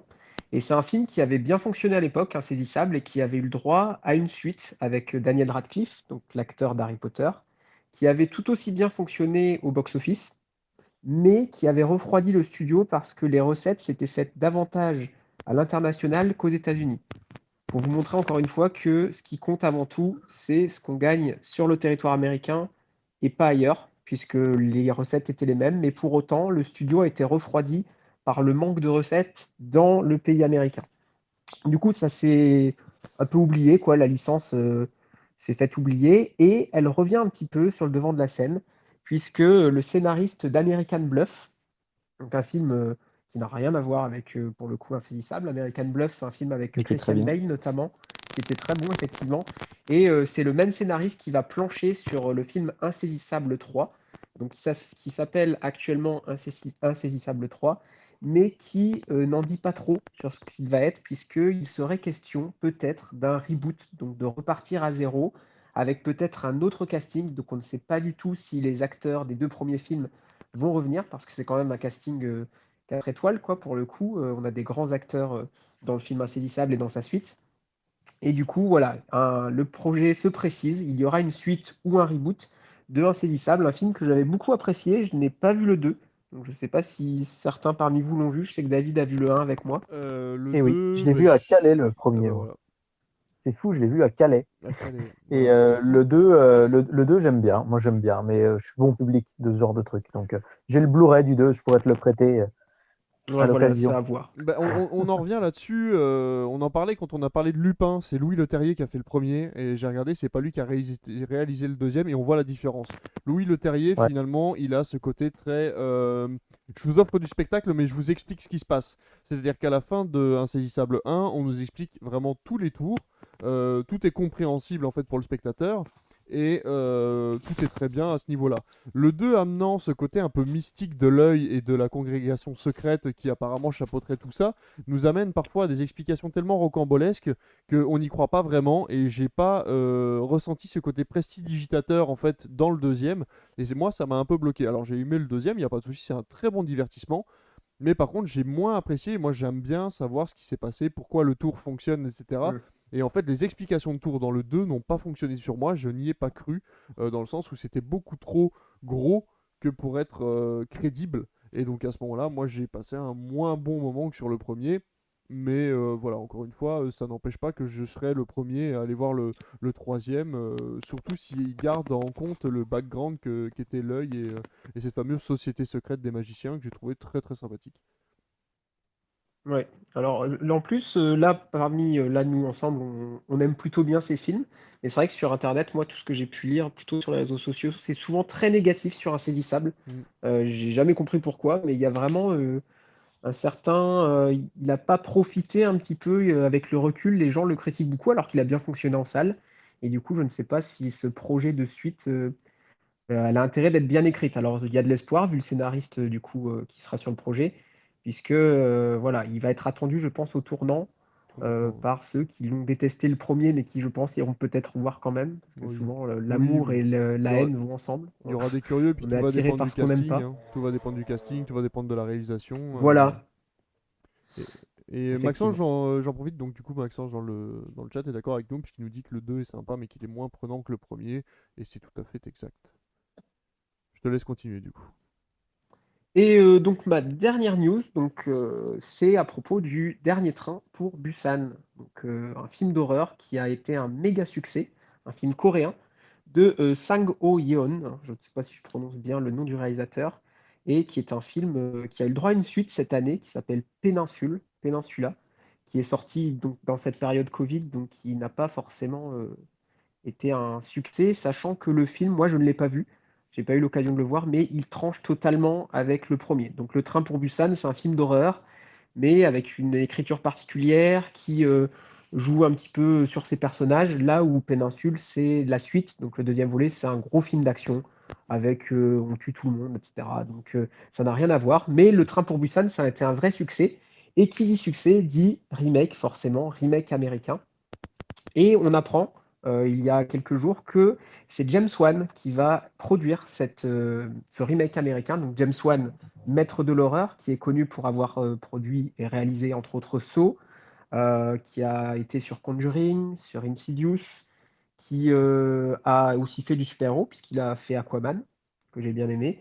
Et Exact. donc il ne va pas produire, il ne va pas réaliser. Et ça c'est très important parce que les titres c'est James Wan sur Train pour Busan, mais quand on regarde un petit peu en détail, il ne va être que producteur. La réalisation sera donnée à un cinéaste indonésien qui s'appelle Timo Tjahjanto, qui a notamment fait un film qui s'appelle The Night Comes for Us, que je ne connais pas. Et le film donc date de 2016, l'original, et il va être retravaillé à la sauce américaine par James Wan. Et je suis curieux, j'ai bien aimé le dernier Train pour Busan, mais lorsque James Wan est à la production et pas à la réalisation, souvent ça donne pas forcément des choses très intéressantes, puisque à la production, ça veut tout dire et rien dire à la fois. Ouais, c'est clair. Euh, donc à voir ce que donnera ce cinéaste indonésien Bah, sur ce tout va remake, dépendre puisque des cartes qu'il aura en main. Si James Wan est producteur, mais qu'il a un regard véritablement exécutif, à ce moment-là, on aura un film qui c'est aura ça. peut-être la patte de James Wan. Et si par contre le réalisateur a carte blanche, là, ça sera complètement différent. Mais les films indonésiens, pour le coup, du peu que j'en ai vu, on avait Gareth Evans à l'époque qui avait fait The Raid, qui était un film qui se passait justement avec une grosse claque indonésienne, avec des acteurs indonésiens et tout. Et au niveau action, ils savent donner en fait. Ils ont pas la même structure que nous au niveau de tout ce qui est cascade et cascadeur en fait. Et donc ça peut donner des choses vraiment très efficaces. Effectivement. Et ben merci pour ces deux courtes news. On a fini les news les gars. Il est Ah, 22h50. Ah, dis-moi si tout. je peux me permettre, j'ai Oui. pas donné les affiches du dimanche soir du coup, Ah les oui, c'est duels. vrai, on avait dit que tu ferais On d'une s'en pierre a deux pas coups, transmis puis la du main. coup t'as pas fait le deuxième coup. Ben, je vais faire très très vite parce Vas-y, fais vite. qu'il est tard, mais je sais qu'on aime bien ces duels du dimanche soir à la télé. Et les prochains duels me font pas forcément rêver. Et surtout, TF1, je trouve, actuellement, nous fait vraiment euh, s'endort sur ses acquis et nous fait que des rediffusions. Et la preuve, c'est que ça marche pas toujours parce qu'hier, Charlie la chocolaterie a pas marché. Et depuis le début de l'année, il y a eu énormément de rediffusions et ce sera encore le cas le week-end prochain, puisque dimanche soir, le duel, ce sera sur TF1 le film Indépendance Day Résurgence, Oh là. qui est franchement, alors déjà le premier, moi je suis pas fan, mais alors le deux, pour vous dire, je l'ai vu en salle, parce que voilà, en tant qu'exploitant, j'ai la possibilité de voir les films, mais je n'en ai aucun souvenir. Mais alors quand je vous dis aucun, c'est que je suis incapable de vous dire ce qui se passe dedans. Et en face, sur France 2, ce sera Neuilly, sa mère, sa mère. Alors du coup, ça donne pas forcément envie de regarder la télé dimanche soir. Alors sur les deux chaînes principales, bien évidemment, parce qu'il y a quand même toujours des choses un peu intéressantes à côté. Mais au moins, alors Neuilly, sa mère, au moins c'est inédit. Ça a au moins cet avantage-là, alors que TF1 avait déjà passé le 18 novembre 2018 une dépendance des deux, avec 5,1 millions de téléspectateurs. Ah, Donc quand ça avait même. été plutôt un bon résultat. Donc c'est pour ça qu'il le repasse, bien évidemment. De la même manière que Tarzan, qui avait fait presque 7 millions, a été repassé le 7 février pardon, dernier et qui avait très bien fonctionné aussi. De la même manière qu'ils ont repassé le film avec Liam Neeson, là, Sans identité, je crois, qui a cartonné tout début janvier. Donc c'est pour ça qu'ils le repassent. Mais moi, dimanche prochain, si je devais voir un film, ce serait plutôt les 12 travaux d'Astérix sur Sister, qui est vraiment un film Ah, je valide. Ouais, que pareil. j'adore. Pareil, Vraiment pareil. un très très bon Astérix. Entre-temps, encore une fois très vite, je l'ai dit tout à l'heure, il y aura quand même l'arrivée de Tout simplement Noir sur Canal+, qui va le diffuser donc à la télé en direct et puis après qui sera en replay, qui a vraiment été pour moi la comédie de 2020 et que je vous invite vraiment à voir, qui est tellement excellent que ça vaut vraiment le coup. Et on va avoir aussi France 3 qui va passer. Alors, il faut que je retrouve parce que j'avais noté quelque part, mais je ne l'envoie pas tout de suite. Je crois que c'est le jeudi, ça doit être le jeudi 4 mars. On a France 3, pardon. Alors, je sais que ça ne va pas forcément plaire à Fabien et à Comic Seater qui ne sont pas hyper fans du film, mais France 3 qui a racheté les droits d'Interstellar. Et du coup, qui veut dire France 3 veut dire plus TF1 et veut dire pas de coupure pub. Et je trouve que c'est quand même, bah voilà, au Sur pouvoir un film de cette durée, c'est quand Interstellar, même bien. c'est un film moi que j'aime beaucoup et enfin, que j'adore même. Et voilà, le fait de pouvoir le voir à la télé, c'est plutôt cool. Et on va surtout avoir un événement, puisque je l'ai découvert tout à l'heure, puisque en fait, quand je prépare mes émissions sur les télés, je regarde ce qu'il y a le dimanche, etc., etc. Et en vous disant qu'il n'y avait pas de film le samedi, j'ai découvert tout à l'heure que France 2 allait diffuser un film en prime time samedi soir, Oh, le samedi 6 mars. d'accord. Et c'est vraiment l'événement, puisque c'est la première fois parce que TF1 et France 2, c'est les deux premières chaînes de la télécommande et c'est aussi les deux plus grosses chaînes en termes d'audience. Donc c'est la première fois qu'une des deux plus grosses chaînes de télé françaises va passer un film un samedi soir et ce sera le film L'Ascension avec Ahmed Silla, Il est très bien. que moi j'aime bien. Ouais, il est bien. Ouais, Ouais. il est très sympa et franchement, alors là pour le coup, je vous dis que le dimanche 7 mars, les audiences tombent à 9h, à 9h0001. Je veux avoir les audiences parce que si ça marche, ça veut dire que ça peut être la porte ouverte à du cinéma le samedi soir et encore une fois, ça nous montre qu'on est vraiment en pleine expérimentation. C'est-à-dire, on a vraiment les chaînes de télé là qui se disent, ben, allez, maintenant qu'on a le droit, on tente le coup. C8 a tenté le vendredi, ça n'a pas marché très fort. C'est vrai que le samedi, c'est encore un autre pari, même si on est en période de couvre-feu, mais évidemment, on sait que le samedi soir, en général, c'était plutôt les soirées resto, cinéma, où on invite des amis, et c'est aussi pour ça qu'il n'y avait pas de film. Et là, du coup, comme France 2 a produit le film, elle a le droit de le passer, et du coup, je vais être vraiment très curieux de savoir ce que ça va donner. Et enfin, le duel du dimanche 7 mars, eh ben, c'est encore une redite pour TF1 qui va passer le film Lucie de Luc Besson, que pour le coup, moi, je n'avais pas apprécié. Et Lucie, il faut quand même savoir qu'il le repasse, il l'avait déjà passé le 26 mars 2017 avec pratiquement 8 millions de téléspectateurs. Donc ça avait été un immense carton. Donc une fois de plus, ils s'assoient sur leur laurier quelque part et ils repassent le film. Et là, bah, comme Tarzan, il avait perdu 1,5 million de téléspectateurs, donc ça restait un excellent score. Là, Lucie peut très bien faire 5 ou 6 millions. 2 ou 3 millions de moins, ça restera un carton par rapport aux 2 millions de Charlie et la chocolaterie. Donc je trouve ça vraiment dommage qu'on ait de nouveau une rediffusion. Et alors qu'en face, bah, France 2 va faire forcément moins d'audience et pourtant ce sera de l'inédit. C'est un film on avait vu avec Fabest et qu'on avait trouvé pas forcément fou. C'est Les Frères Sisters de Jacques Audiard. Mais il n'empêche que bah, pour quelqu'un qui l'a pas vu, je trouve que c'est cool parce que c'est inédit. Ce sera la première diffusion télé. Et on rappelle bah, encore une fois que c'est France 2, donc il n'y a pas de pub et que c'est donc une diffusion entièrement gratuite. Et donc voilà, j'espère que les frères Sisters feront un bon score face à Lucie. Malheureusement, j'y crois pas trop. Non, je pense pas. Mais je veux dire, bon, quand on regarde France 2, franchement, cette année, entre Green Book, Three Billboards, les frères Sisters, etc., ils osent quand même passer, pour le coup, du cinéma bah, qui n'est pas forcément complètement mainstream, mais qui fonctionne bien. Donc je leur souhaite de réussir avec notamment en deuxième partie de soirée le film L'attaque du métro 123 de Tony Scott.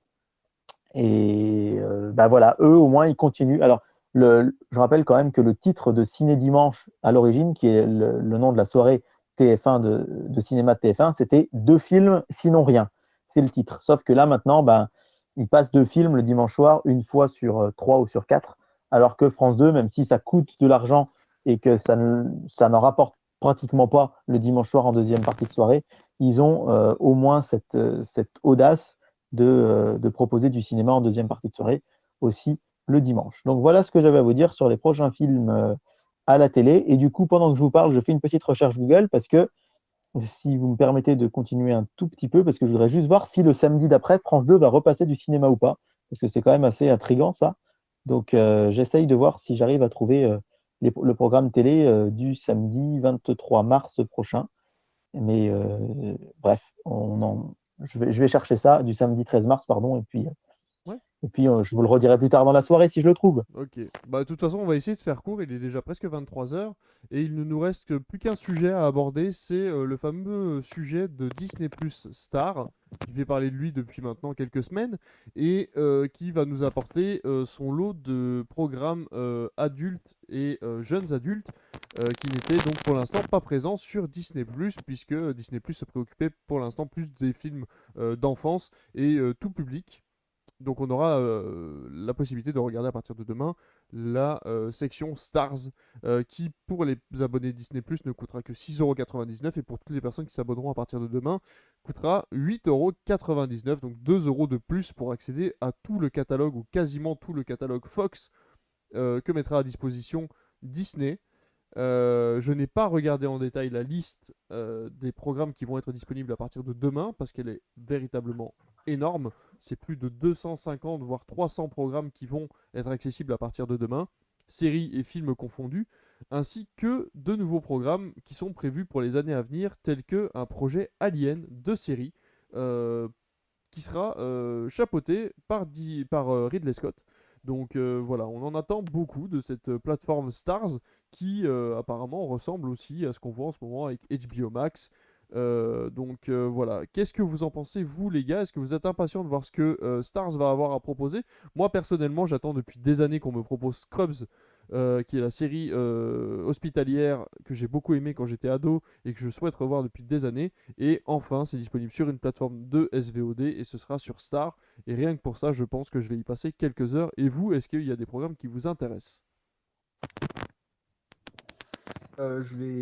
Si personne ne commence, je vais Vas-y, commencer. vas-y. Euh, Bah, moi, je trouve ça très intéressant. Je me suis fait la réflexion que Disney Plus avait comme souci, sans doute, puisque moi, j'ai plusieurs, peut-être sans doute comme vous, plusieurs services de SVOD, et que ben, il y a les programmes Disney, forcément sur Disney, mais qu'à côté de ça, bah, tout le reste, je vais le chercher sur Prime ou sur Netflix, et que avec cette plateforme Disney Plus Star, ils vont permettre à certaines personnes de peut-être se passer de Netflix ou de Prime en se disant j'ai les Disney pour les enfants, j'ai les films Marvel, j'ai toutes les productions que Disney a achetées, la Fox, et en plus de ça, désormais j'ai accès à tout un tas d'autres séries et de films, que ce soit Die Hard, que ce soit justement la série Scrubs, que moi aussi je vais me faire un plaisir de revoir parce que je l'ai découverte il y a quelques années, mais je n'avais vu que quelques épisodes.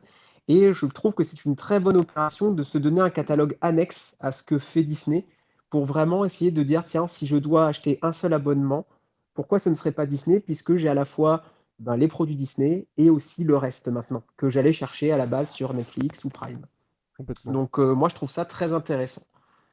Perso, grosse hâte, surtout que je trouve que Disney Plus prend la pente ascendante, nous dit Maxange. Bien évidemment, alors on en parlera dans l'émission spéciale, on peut vous l'annoncer maintenant, puisqu'on a prévu une émission spéciale pour vous la semaine prochaine autour du comics, puisque Comics Eater nous fera le plaisir d'être là la semaine prochaine également, et on vous fera une émission spéciale là-dessus.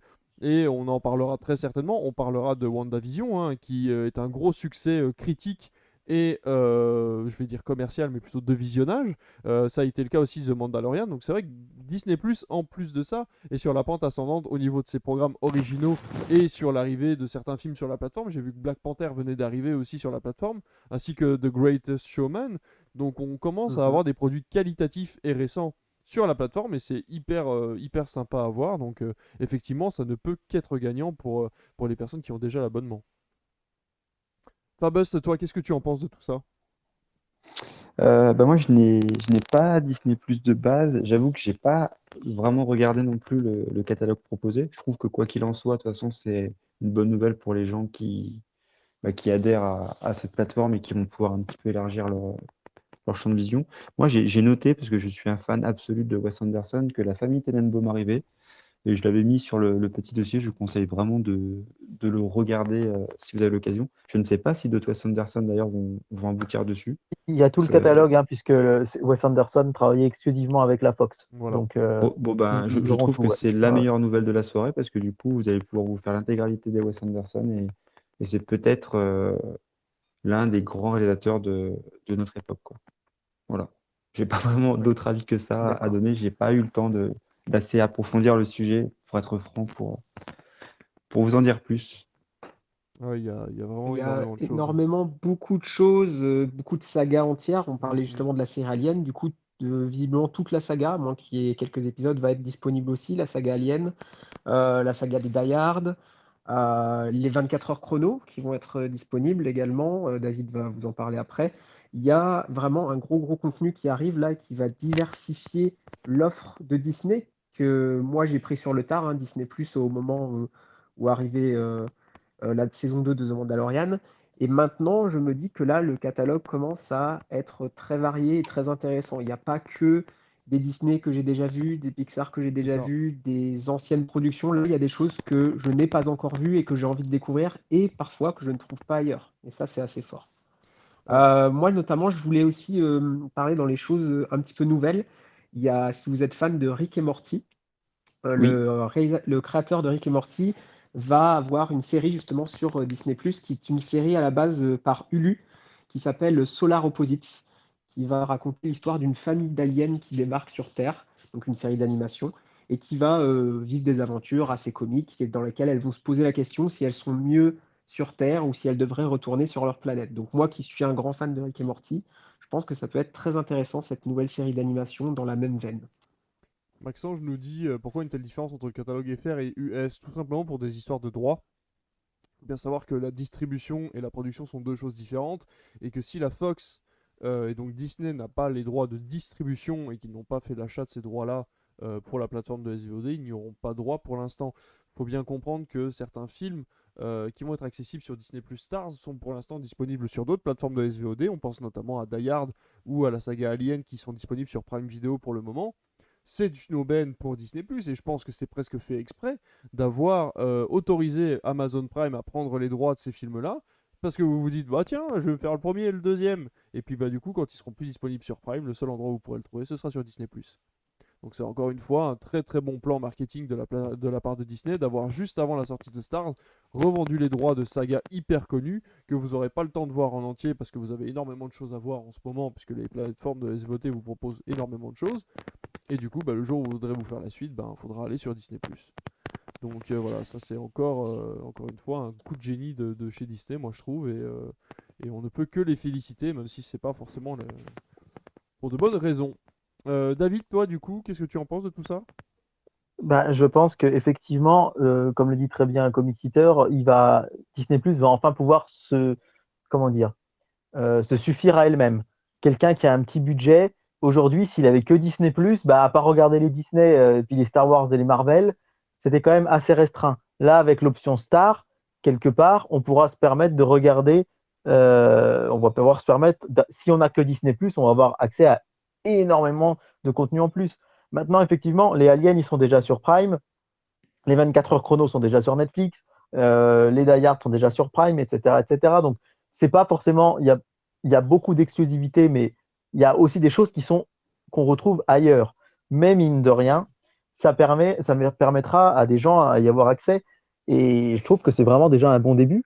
Et surtout, moi, ce qui m'intrigue beaucoup, c'est le fait que Disney Plus va faire du coup 6 productions françaises de séries télé qui vont leur être exclusives et qui vont être diffusées sur la plateforme. Et surtout que prochainement, ils ont annoncé qu'allait arriver des séries françaises comme Fais pas ci, fais pas ça, Les Bracelets Rouges, Profilage, Je te promets, Clem, et peut-être même, alors ça c'est certain, ça a été annoncé, mais on annonce que Kaamelott pourrait arriver dessus aussi. Et là, je me dis, à quoi bon les chaînes françaises je ne vais pas dire un gros mot, mais si c'est tard, vous m'en voudrez pas, se sont emmerdés à créer Salto. Si c'est pour léguer leurs droits, enfin, je sais pas si vous voyez ce que je veux dire, mais c'est Ouais, mais fou. complètement. L'intérêt principal de Salto, c'est quand même que quelqu'un qui veut que toutes les séries françaises soient dessus. Alors je sais que 10% est déjà sur Netflix, etc. Mais enfin, l'intérêt qu'ont eu les chaînes de télé françaises à vendre leurs droits à Disney+, enfin moi, je comprends que ce soit un intérêt financier, mais du coup, pour moi, c'est aussi un peu tirer une balle dans le pied de Salto. De ce que Parce j'en que vois, de Salto en ce moment, et ça me désole un peu, même si je trouve que comment dire, la prise de position est intéressante, c'est qu'à chaque fin de programme court, que ce soit sur TF1, sur M6 ou ce genre de choses, vous avez le fameux écriteau, l'épisode de demain est déjà disponible sur Salto. Alors, est-ce que la ménagère, comment on appelle ça? Non, c'est plus la ménagère de moins de 50 ans, c'est la femme responsable des la achats. responsable des achats, Voilà, ouais. responsable des Ouais, achats. achats. La personne responsable des achats, ça m'étonnerait qu'elle s'ennuie après avoir regardé scène de ménage, à aller tout de suite sur Salto pour aller regarder l'épisode de demain, alors que c'est son moment un peu privilégié de pouvoir le regarder le lendemain en direct à la télé et de pas s'ennuyer à devoir se connecter à Salto pour le regarder. Je trouve ça un petit peu dommage, surtout qu'il y a énormément, moi quand je me suis connecté à la plateforme, il y avait énormément de programmes intéressants sur Salto, et ils ont une série qui m'intéresse beaucoup qui s'appelle The Little. C'est pas Little Big Things, mais c'est Million of Little Things ou un truc comme ça qui avait l'air d'être assez proche de This Is Us justement et qui avait l'air d'être très quali et on en entend parler nulle part. Il y a eu 2-3 pubs sur certaines chaînes, mais c'est tout. C'est vrai que Salto, pour le coup, il bombarde pas et je trouve ça vraiment dommage quoi. Ouais, c'est assez curieux en fait. Et donc pour revenir à ce que j'ai dit tout à l'heure, moi si je devais retenir vraiment quelque chose, ben, ce serait effectivement la série 24 heures chrono que j'ai découvert d'ailleurs grâce à Comic Eater. Alors je l'ai Elle est découvert dispo moi à sur 18 Netflix, ans, hein. elle est dispo sur Netflix et c'est vrai que moi pour moi c'est peut-être la série qui m'a fait le plus vibrer de tous les temps. Très sincèrement, moi c'est une série devant laquelle j'étais essoufflé sur mon canapé parce que je stressais, parce que enfin, pour moi cette série elle est dingue.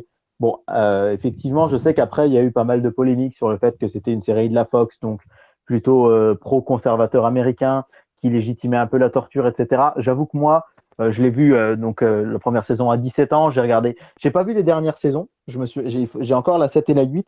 Ça, je suis un peu coutumier du fait, je l'avoue, que quand j'adore une série, bah, parfois je me laisse une saison ou deux à voir pour continuer à la découvrir pour pas que ça finisse trop vite. Et c'est complètement ridicule parce que du coup, bah, il me reste une saison de Desperate Housewives que j'ai pas vu, il m'en reste deux de 24 heures chrono, bref. Mais voilà, moi j'avais 17-18 ans à l'époque où j'ai vu ça et j'avais pas forcément fait attention à tout, donc peut-être qu'il faut la prendre avec plus de pincettes. Mais j'adore, et puis j'adore aussi le fait qu'on va pouvoir avoir tous les films de Night Shyamalan. Je vais y arriver, désolé, il est un peu Oui, tard. Euh, c'est pour ça que j'avais mis Signe sur notre Discord, parce que je trouve d'accord. que Signe, c'est un film que j'adore plus que tout. Il a marqué, enfin, on en avait parlé l'autre fois sur Twitter avec David, il a marqué, moi, il a traumatisé mon adolescence, ce film.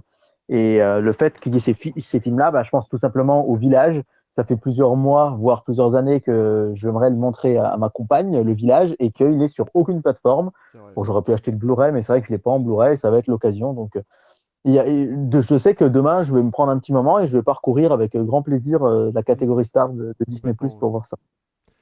Et bon, je l'ai mis en question sur l'écran d'accueil. Est-ce que vous pensez que... Alors, ça arrivera dans les années à venir, hein, ça va pas arriver dans les 2 semaines, mais est-ce que vous pensez que Disney Plus sera le grand gagnant des plateformes de SVOD? Est-ce que vous pensez que d'ici peut-être 2-3 ans, s'ils arrivent à continuer à se renouveler comme ils le font actuellement sur ces bons timings-là, est-ce que vous pensez que c'est eux qui vont être leaders de tout ça? Possible. C'est dur à dire que je vois pas Netflix en fait perdre sa place de leader. Je vois vraiment pas le truc arriver. Pourtant, Netflix vieillit en ce moment, hein. De moins en moins de personnes Ouais. se satisfont de ce que Netflix propose, que ce soit en programme original ou en film série classique. Donc, on entend de moins. Amazon Prime fait pas mal parler de lui, en tout cas sur Twitter et auprès des jeunes générations. Ou en tout cas des générations qui recherchent un certain type de programme. Et je trouve que Netflix en ce moment ne me propose pas ce dont j'ai envie, et j'ai l'impression que Alors, c'est le cas de beaucoup de personnes.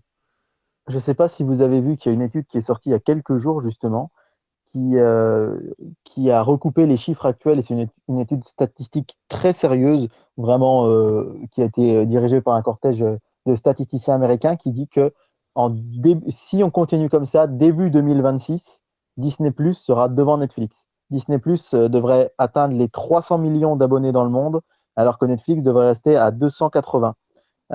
Puisque avec le confinement, hein, Disney Plus a atteint 90 millions d'abonnés, ce qui était leur objectif en 3 ans. Et ils l'ont fait en quelques mois. Mm. Et la courbe là continue de monter, en fait, ça continue de s'affoler. Et moi, au début, j'y croyais moyennement. Et effectivement, bah, c'est grâce à Mandalorian, c'est grâce à WandaVision, parce que c'est quand même super qualitatif. Et je pense que bah, les gens vont vouloir avoir envie de découvrir aussi là, la série Bucky, Winter Soldier, là, etc., Falcon et Winter Soldier, etc., etc. Et du coup, si, d'après cette étude, en 2026, il y aura plus d'abonnés dans le monde à Disney Plus qu'à Netflix. Donc c'est une vraie question que tu poses là, effectivement. Ça paraît logique, ouais. Ça paraît logique de Ouais, ce que propose effectivement. Disney. Après, alors, sans reprocher, on en parlera en détail, sans reprocher quoi que ce soit à WandaVision, qui est une série vraiment, vraiment, vraiment fantastique, qui utilise des codes qui ont rarement été utilisés, ou en tout cas rarement. Comment dire? Il y a eu très peu de prise de risque à ce niveau-là, au niveau de télévision, je trouve, ces dernières années.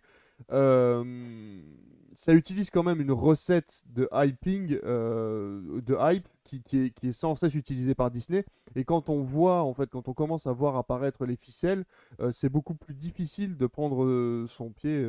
Pareil, hein, c'est une heure tardive, on dit ce qu'on veut, de prendre son pied devant WandaVision ou devant le Mandalorian, puisque on voit que le fanservice est présent et que finalement la prise de risque est quand même minime par rapport à ce que, comment dire, par rapport au public visé. Effectivement, je suis d'accord. Moi, j'ai regardé The Mandalorian et là, je regarde actuellement WandaVision. Et c'est vrai que c'est bien, mais je vois les ficelles et je suis pas non plus dans cette hype incroyable. En plus, ayant lu les comics, je sais tout ce qui arrive à l'avance. C'est prévisible quand on a un petit peu de background. Du coup, il y a vraiment des choses intéressantes, mais en même temps, on sent que c'est une recette et Disney est très doué pour ça, pour appliquer une recette qui fonctionne et qui va fonctionner sur le plus grand nombre. Donc, tant mieux si ça fonctionne pour eux, hein. Après, moi, je vais pas mentir, hein, tous les vendredis, j'ai envie d'être devant ma télé. Tous les vendredis midi, je l'ai pas fait cette semaine parce que j'étais pas là le vendredi midi, mais tous les vendredis midi, je regarde mon épisode de WandaVision. Et Ah c'est un bah c'est ça, régal. ça va hyper, hein. C'est un régal. Et chaque fin d'épisode est un régal. Cette frustration de devoir attendre la semaine d'après.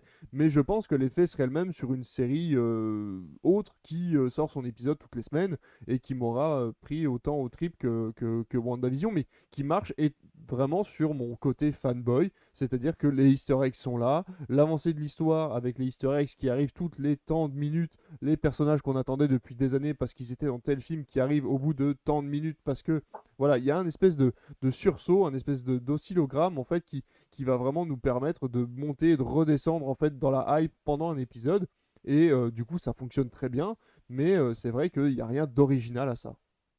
Et pour le coup, c'est des génies, je trouve, effectivement, la diffusion une fois par semaine. Parce que pour le coup, WandaVision, si on avait eu toute la série en une fois, on en aurait entendu parler 15 jours. Ça Et serait là, fini. ce serait fini. Ça serait Mais déjà là, fini. la hype est constante et je pense qu'on va y arriver de plus en plus et que c'est pas plus mal, hein. On en discutait avec Fabien récemment. C'est vrai que, ben, en fait, on avait ça à l'époque, ce qui faisait qu'il y avait des twists à la fin des épisodes, qu'on était hyper hypé par la suite des choses. Et là, du coup, forcément, je pense que WandaVision, elle tient vraiment sur la durée. Peut-être qu'elle aurait moins tenu s'il n'y avait pas eu ça. Donc, C'est un je truc pense tout, que ça, c'est un truc tout bête, mais regardez ne serait-ce que sur Twitter.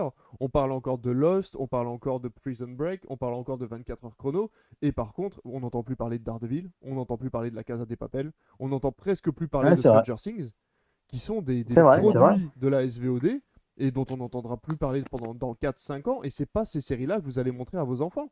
C'est pas ces séries-là que vous Non. allez montrer à un jeune public qui désire se mettre à une série. Vous allez leur montrer justement 24 heures chrono, vous allez leur montrer Scrubs, vous allez leur montrer Malcolm, mais vous n'allez pas leur montrer des produits qui sortent de Netflix, d'Amazon Prime ou de Disney+. C'est vrai. C'est vrai. Donc je pense que voilà, qualitativement, il vaut mieux avoir une série, voire deux, et nous, c'est ce qui se passait. On avait une série tous les 6 mois. On avait une série tous les 6 mois, on avait 2 séries par an auxquelles on s'accrochait corps et âme, et ça nous suffisait amplement. Là, on bouffe des séries à la semaine presque, et finalement, on les oublie comme elles sont venues. Et voilà, et j'ai adoré I Care a Lot il y a encore quelques minutes, quelques heures, et je suis persuadé que dans un mois, je vais être obligé de retourner sur Letterboxd XD pour me souvenir que je l'ai vu. Mm. Et ça, c'est le Pour plus. revenir sur ce qu'on disait sur la question Disney Star gagnant, Disney plus gagnant du SVOD, je pense effectivement que ça va se jouer sur cet équilibre entre avoir un catalogue qui se renouvelle, ce qui a l'air donc d'être les prémices avec Disney plus Star, Bien sûr. et être capable de se renouveler, d'apporter, comme ils le font, pas 50 séries, 5 séries par mois, une seule série, mais qui va fédérer. Ça a été Mandalorian, ça a été WandaVision. Là où Netflix, quand on y pense à Netflix ou même Prime, ils balancent une tonne de séries, et au milieu de tout ça, il y en a une ou deux par mois qui va se faire remarquer, puis qu'on va très vite oublier d'ailleurs. Et finalement, effectivement, quand on y pense, ben, les gens vont plutôt se dire, tiens, je vais aller ici parce que là, ils ont la série qu'il faut voir, qui va peut-être être en plus semaine par semaine, donc ça vous force à rester sur le service. Là où si j'ai envie d'aller sur Netflix, je m'abonne pendant un mois, je regarde toute la série en une semaine et puis c'est réglé, quoi. Mais en fait, c'est un truc tout bête, mais Disney sait que ça marchera du semaine par semaine pour The Boys avec Amazon Prime. Ils savaient que ça allait marcher en semaine par semaine parce que la hype est là, parce qu'ils ont conscience de la qualité de leurs produits. Netflix, le problème, c'est qu'ils savent très bien que s'ils balancent une série en semaine par semaine, ils vont perdre la moitié des spectateurs. Les gens, le produit n'est pas assez quali que pour pouvoir s'accrocher à ça toutes les semaines et attendre son programme, je pense, de semaine en semaine. Maxence nous dit c'est une offre, ça nous offre une façon de consommer différente, moins l'impression de la commu qui binge watch. Mais complètement, on n'est pas sur un produit qui se consomme sur une seule journée et forcément on est au même niveau que tout le monde. On a une semaine pour se rattraper et pouvoir regarder l'épisode d'après en même temps que tout le monde. Donc c'est vrai que ça c'est une bonne chose aussi effectivement de pouvoir avoir moins de pression. De pouvoir regarder la série un peu quand on veut dans la semaine sans devoir s'imposer de tout voir d'un coup, c'est sûr. Ouais, mais c'est vrai qu'effectivement, l'argument, il est vrai, j'y avais pas pensé, mais c'est très juste, hein.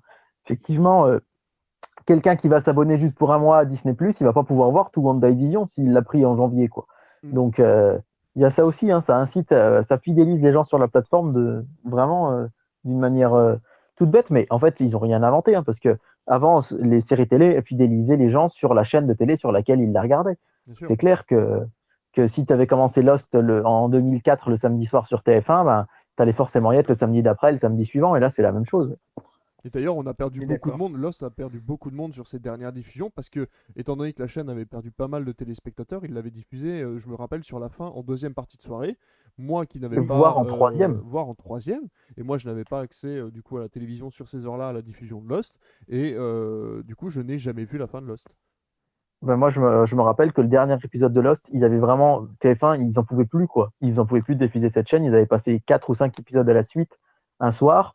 Et je me rappelle que je bossais à la Poste à l'époque et que j'avais presque fait nuit blanche parce que je crois que le dernier épisode avait dû être diffusé vers 3 heures du matin de Lost. Et évidemment, à l'époque, il n'y avait aucun service de replay quoi. Donc Eh ben c'était oui, soit t'achetais les DVD, soit tu te couchais pas quoi. Et c'est ça. je crois d'ailleurs, Fabien, que tu avais dû le regarder aussi en même temps que moi ce soir-là ces 3 ou 4 derniers épisodes, si tu t'en souviens. Et, Oui, je les attendais vraiment impatiemment. mais de la même manière, enfin, ils font ça pour plein d'autres séries. Et malheureusement, c'est dommage parce que voilà, là au moins on n'a pas de problème là sur les plateformes, le fait qu'on puisse les voir quand on veut. Mais, euh, mais c'est vrai que ça révolutionne. Moi, je trouve. Enfin, c'est une vieille recette, épisode par épisode, mais moi, je préfère vraiment ça maintenant. Je me rends compte au fait de binge-watcher, ce que je vous disais l'autre fois. Du coup, The Boys, nous, on a pris le train en retard et on a regardé tous les épisodes étaient sortis. Du coup, j'ai regardé ça en 2 ou 3 jours parce que The Boys, pour moi, c'est la série avec un grand S de ces dernières années. Mais malheureusement, bah, j'ai l'impression de pas l'avoir savouré en fait. C'est ça. Alors, j'ai adoré la binge-watcher, mais j'ai l'impression que c'est passé très très vite. Mm. Alors que je sais très pertinemment que la saison 3, pour le coup, là, je la regarderai un épisode par semaine et que j'en profiterai au max. Mais complètement. Et bon, on verra qui gagnera ce match dans ces années à venir. J'espère qu'on sera toujours là pour en parler d'ici quelques années et pouvoir décider du grand vainqueur quand on aura vu où aura évolué tout ça. Après, il y a d'autres plateformes qui arrivent, d'autres plateformes qui Ce existent sera déjà, hein. Mubi. Mais ça sera, mais c'est ce que j'allais dire. C'est ce que Ouais. j'allais dire finalement. Voilà, il existe Mubi, il existe Arte TV, il existe France TV qui sont gratuits et qui Ouais. permettent d'aller regarder des films tranquillement sans devoir payer de plateforme de SVOD et qui participent justement à l'intérêt du cinéma pour les chaînes françaises et pour le réinvestissement dans le cinéma en général, pas que français, hein, pour l'international aussi. Il faut savoir que les chaînes telles que M6, avec leur plateforme, enfin avec leur système de distribution et de production SND, mise aussi sur des films à l'international. Donc vous participez aussi au blockbuster que vous adorez tant quand vous regardez M6 ou TF1 à 21h. Donc voilà, n'hésitez pas. Et je Ouais. pense qu'on va conclure là-dessus. Ce sera le mot de la Et fin, à moins petite de... précision sur France.tv, puisque tu en as parlé et que c'est une plateforme que j'aime beaucoup et que je Vas-y, vous en vas-y. parle régulièrement, il va y avoir une petite modification. Alors, les gens râlent un petit peu, mais c'est pour des histoires de droit, des histoires de calcul d'audience, etc. Il va falloir s'inscrire sur la plateforme maintenant pour pouvoir voir son contenu. Alors, c'est juste une inscription, ce sera 100% gratuit toujours, mais ça permettra une meilleure optimisation de la plateforme. Donc voilà, je le dis, s'il y a des gens qui avaient l'habitude de s'en servir, qui ne soient pas surpris. Ça va être le cas, je crois, à partir du mois de mars ou avril. Il faudra s'inscrire sur France TV pour pouvoir continuer d'en profiter. Mais ce sera qu'une inscription et ça ne vous demandera pas de données personnelles. Donc D'accord. voilà, Bon, c'est une c'est super une info, ouais. Tu fais bien de nous le petite préciser. parenthèse. Et du coup, par rapport à l'info que je cherchais tout à l'heure pour savoir si France 2 allait passer un film le samedi suivant aussi, en fait, j'ai découvert sur Internet qu'ils sont en train de statuer et qu'on aura la réponse demain. Donc, malheureusement, on ne peut pas vous le dire en direct, mais ça peut être l'occasion de vous inviter à nous suivre sur Twitter, sur Discord, etc. Et on relaiera l'information sur nos réseaux sociaux quand on en saura plus dans les prochains jours. Mais du coup, voilà, il passe un film le samedi 6, mais pour ce qui est du 13, c'est encore en pourparlers et on saura demain s'il y a du cinéma ou pas, encore le samedi soir en prime time sur France 2.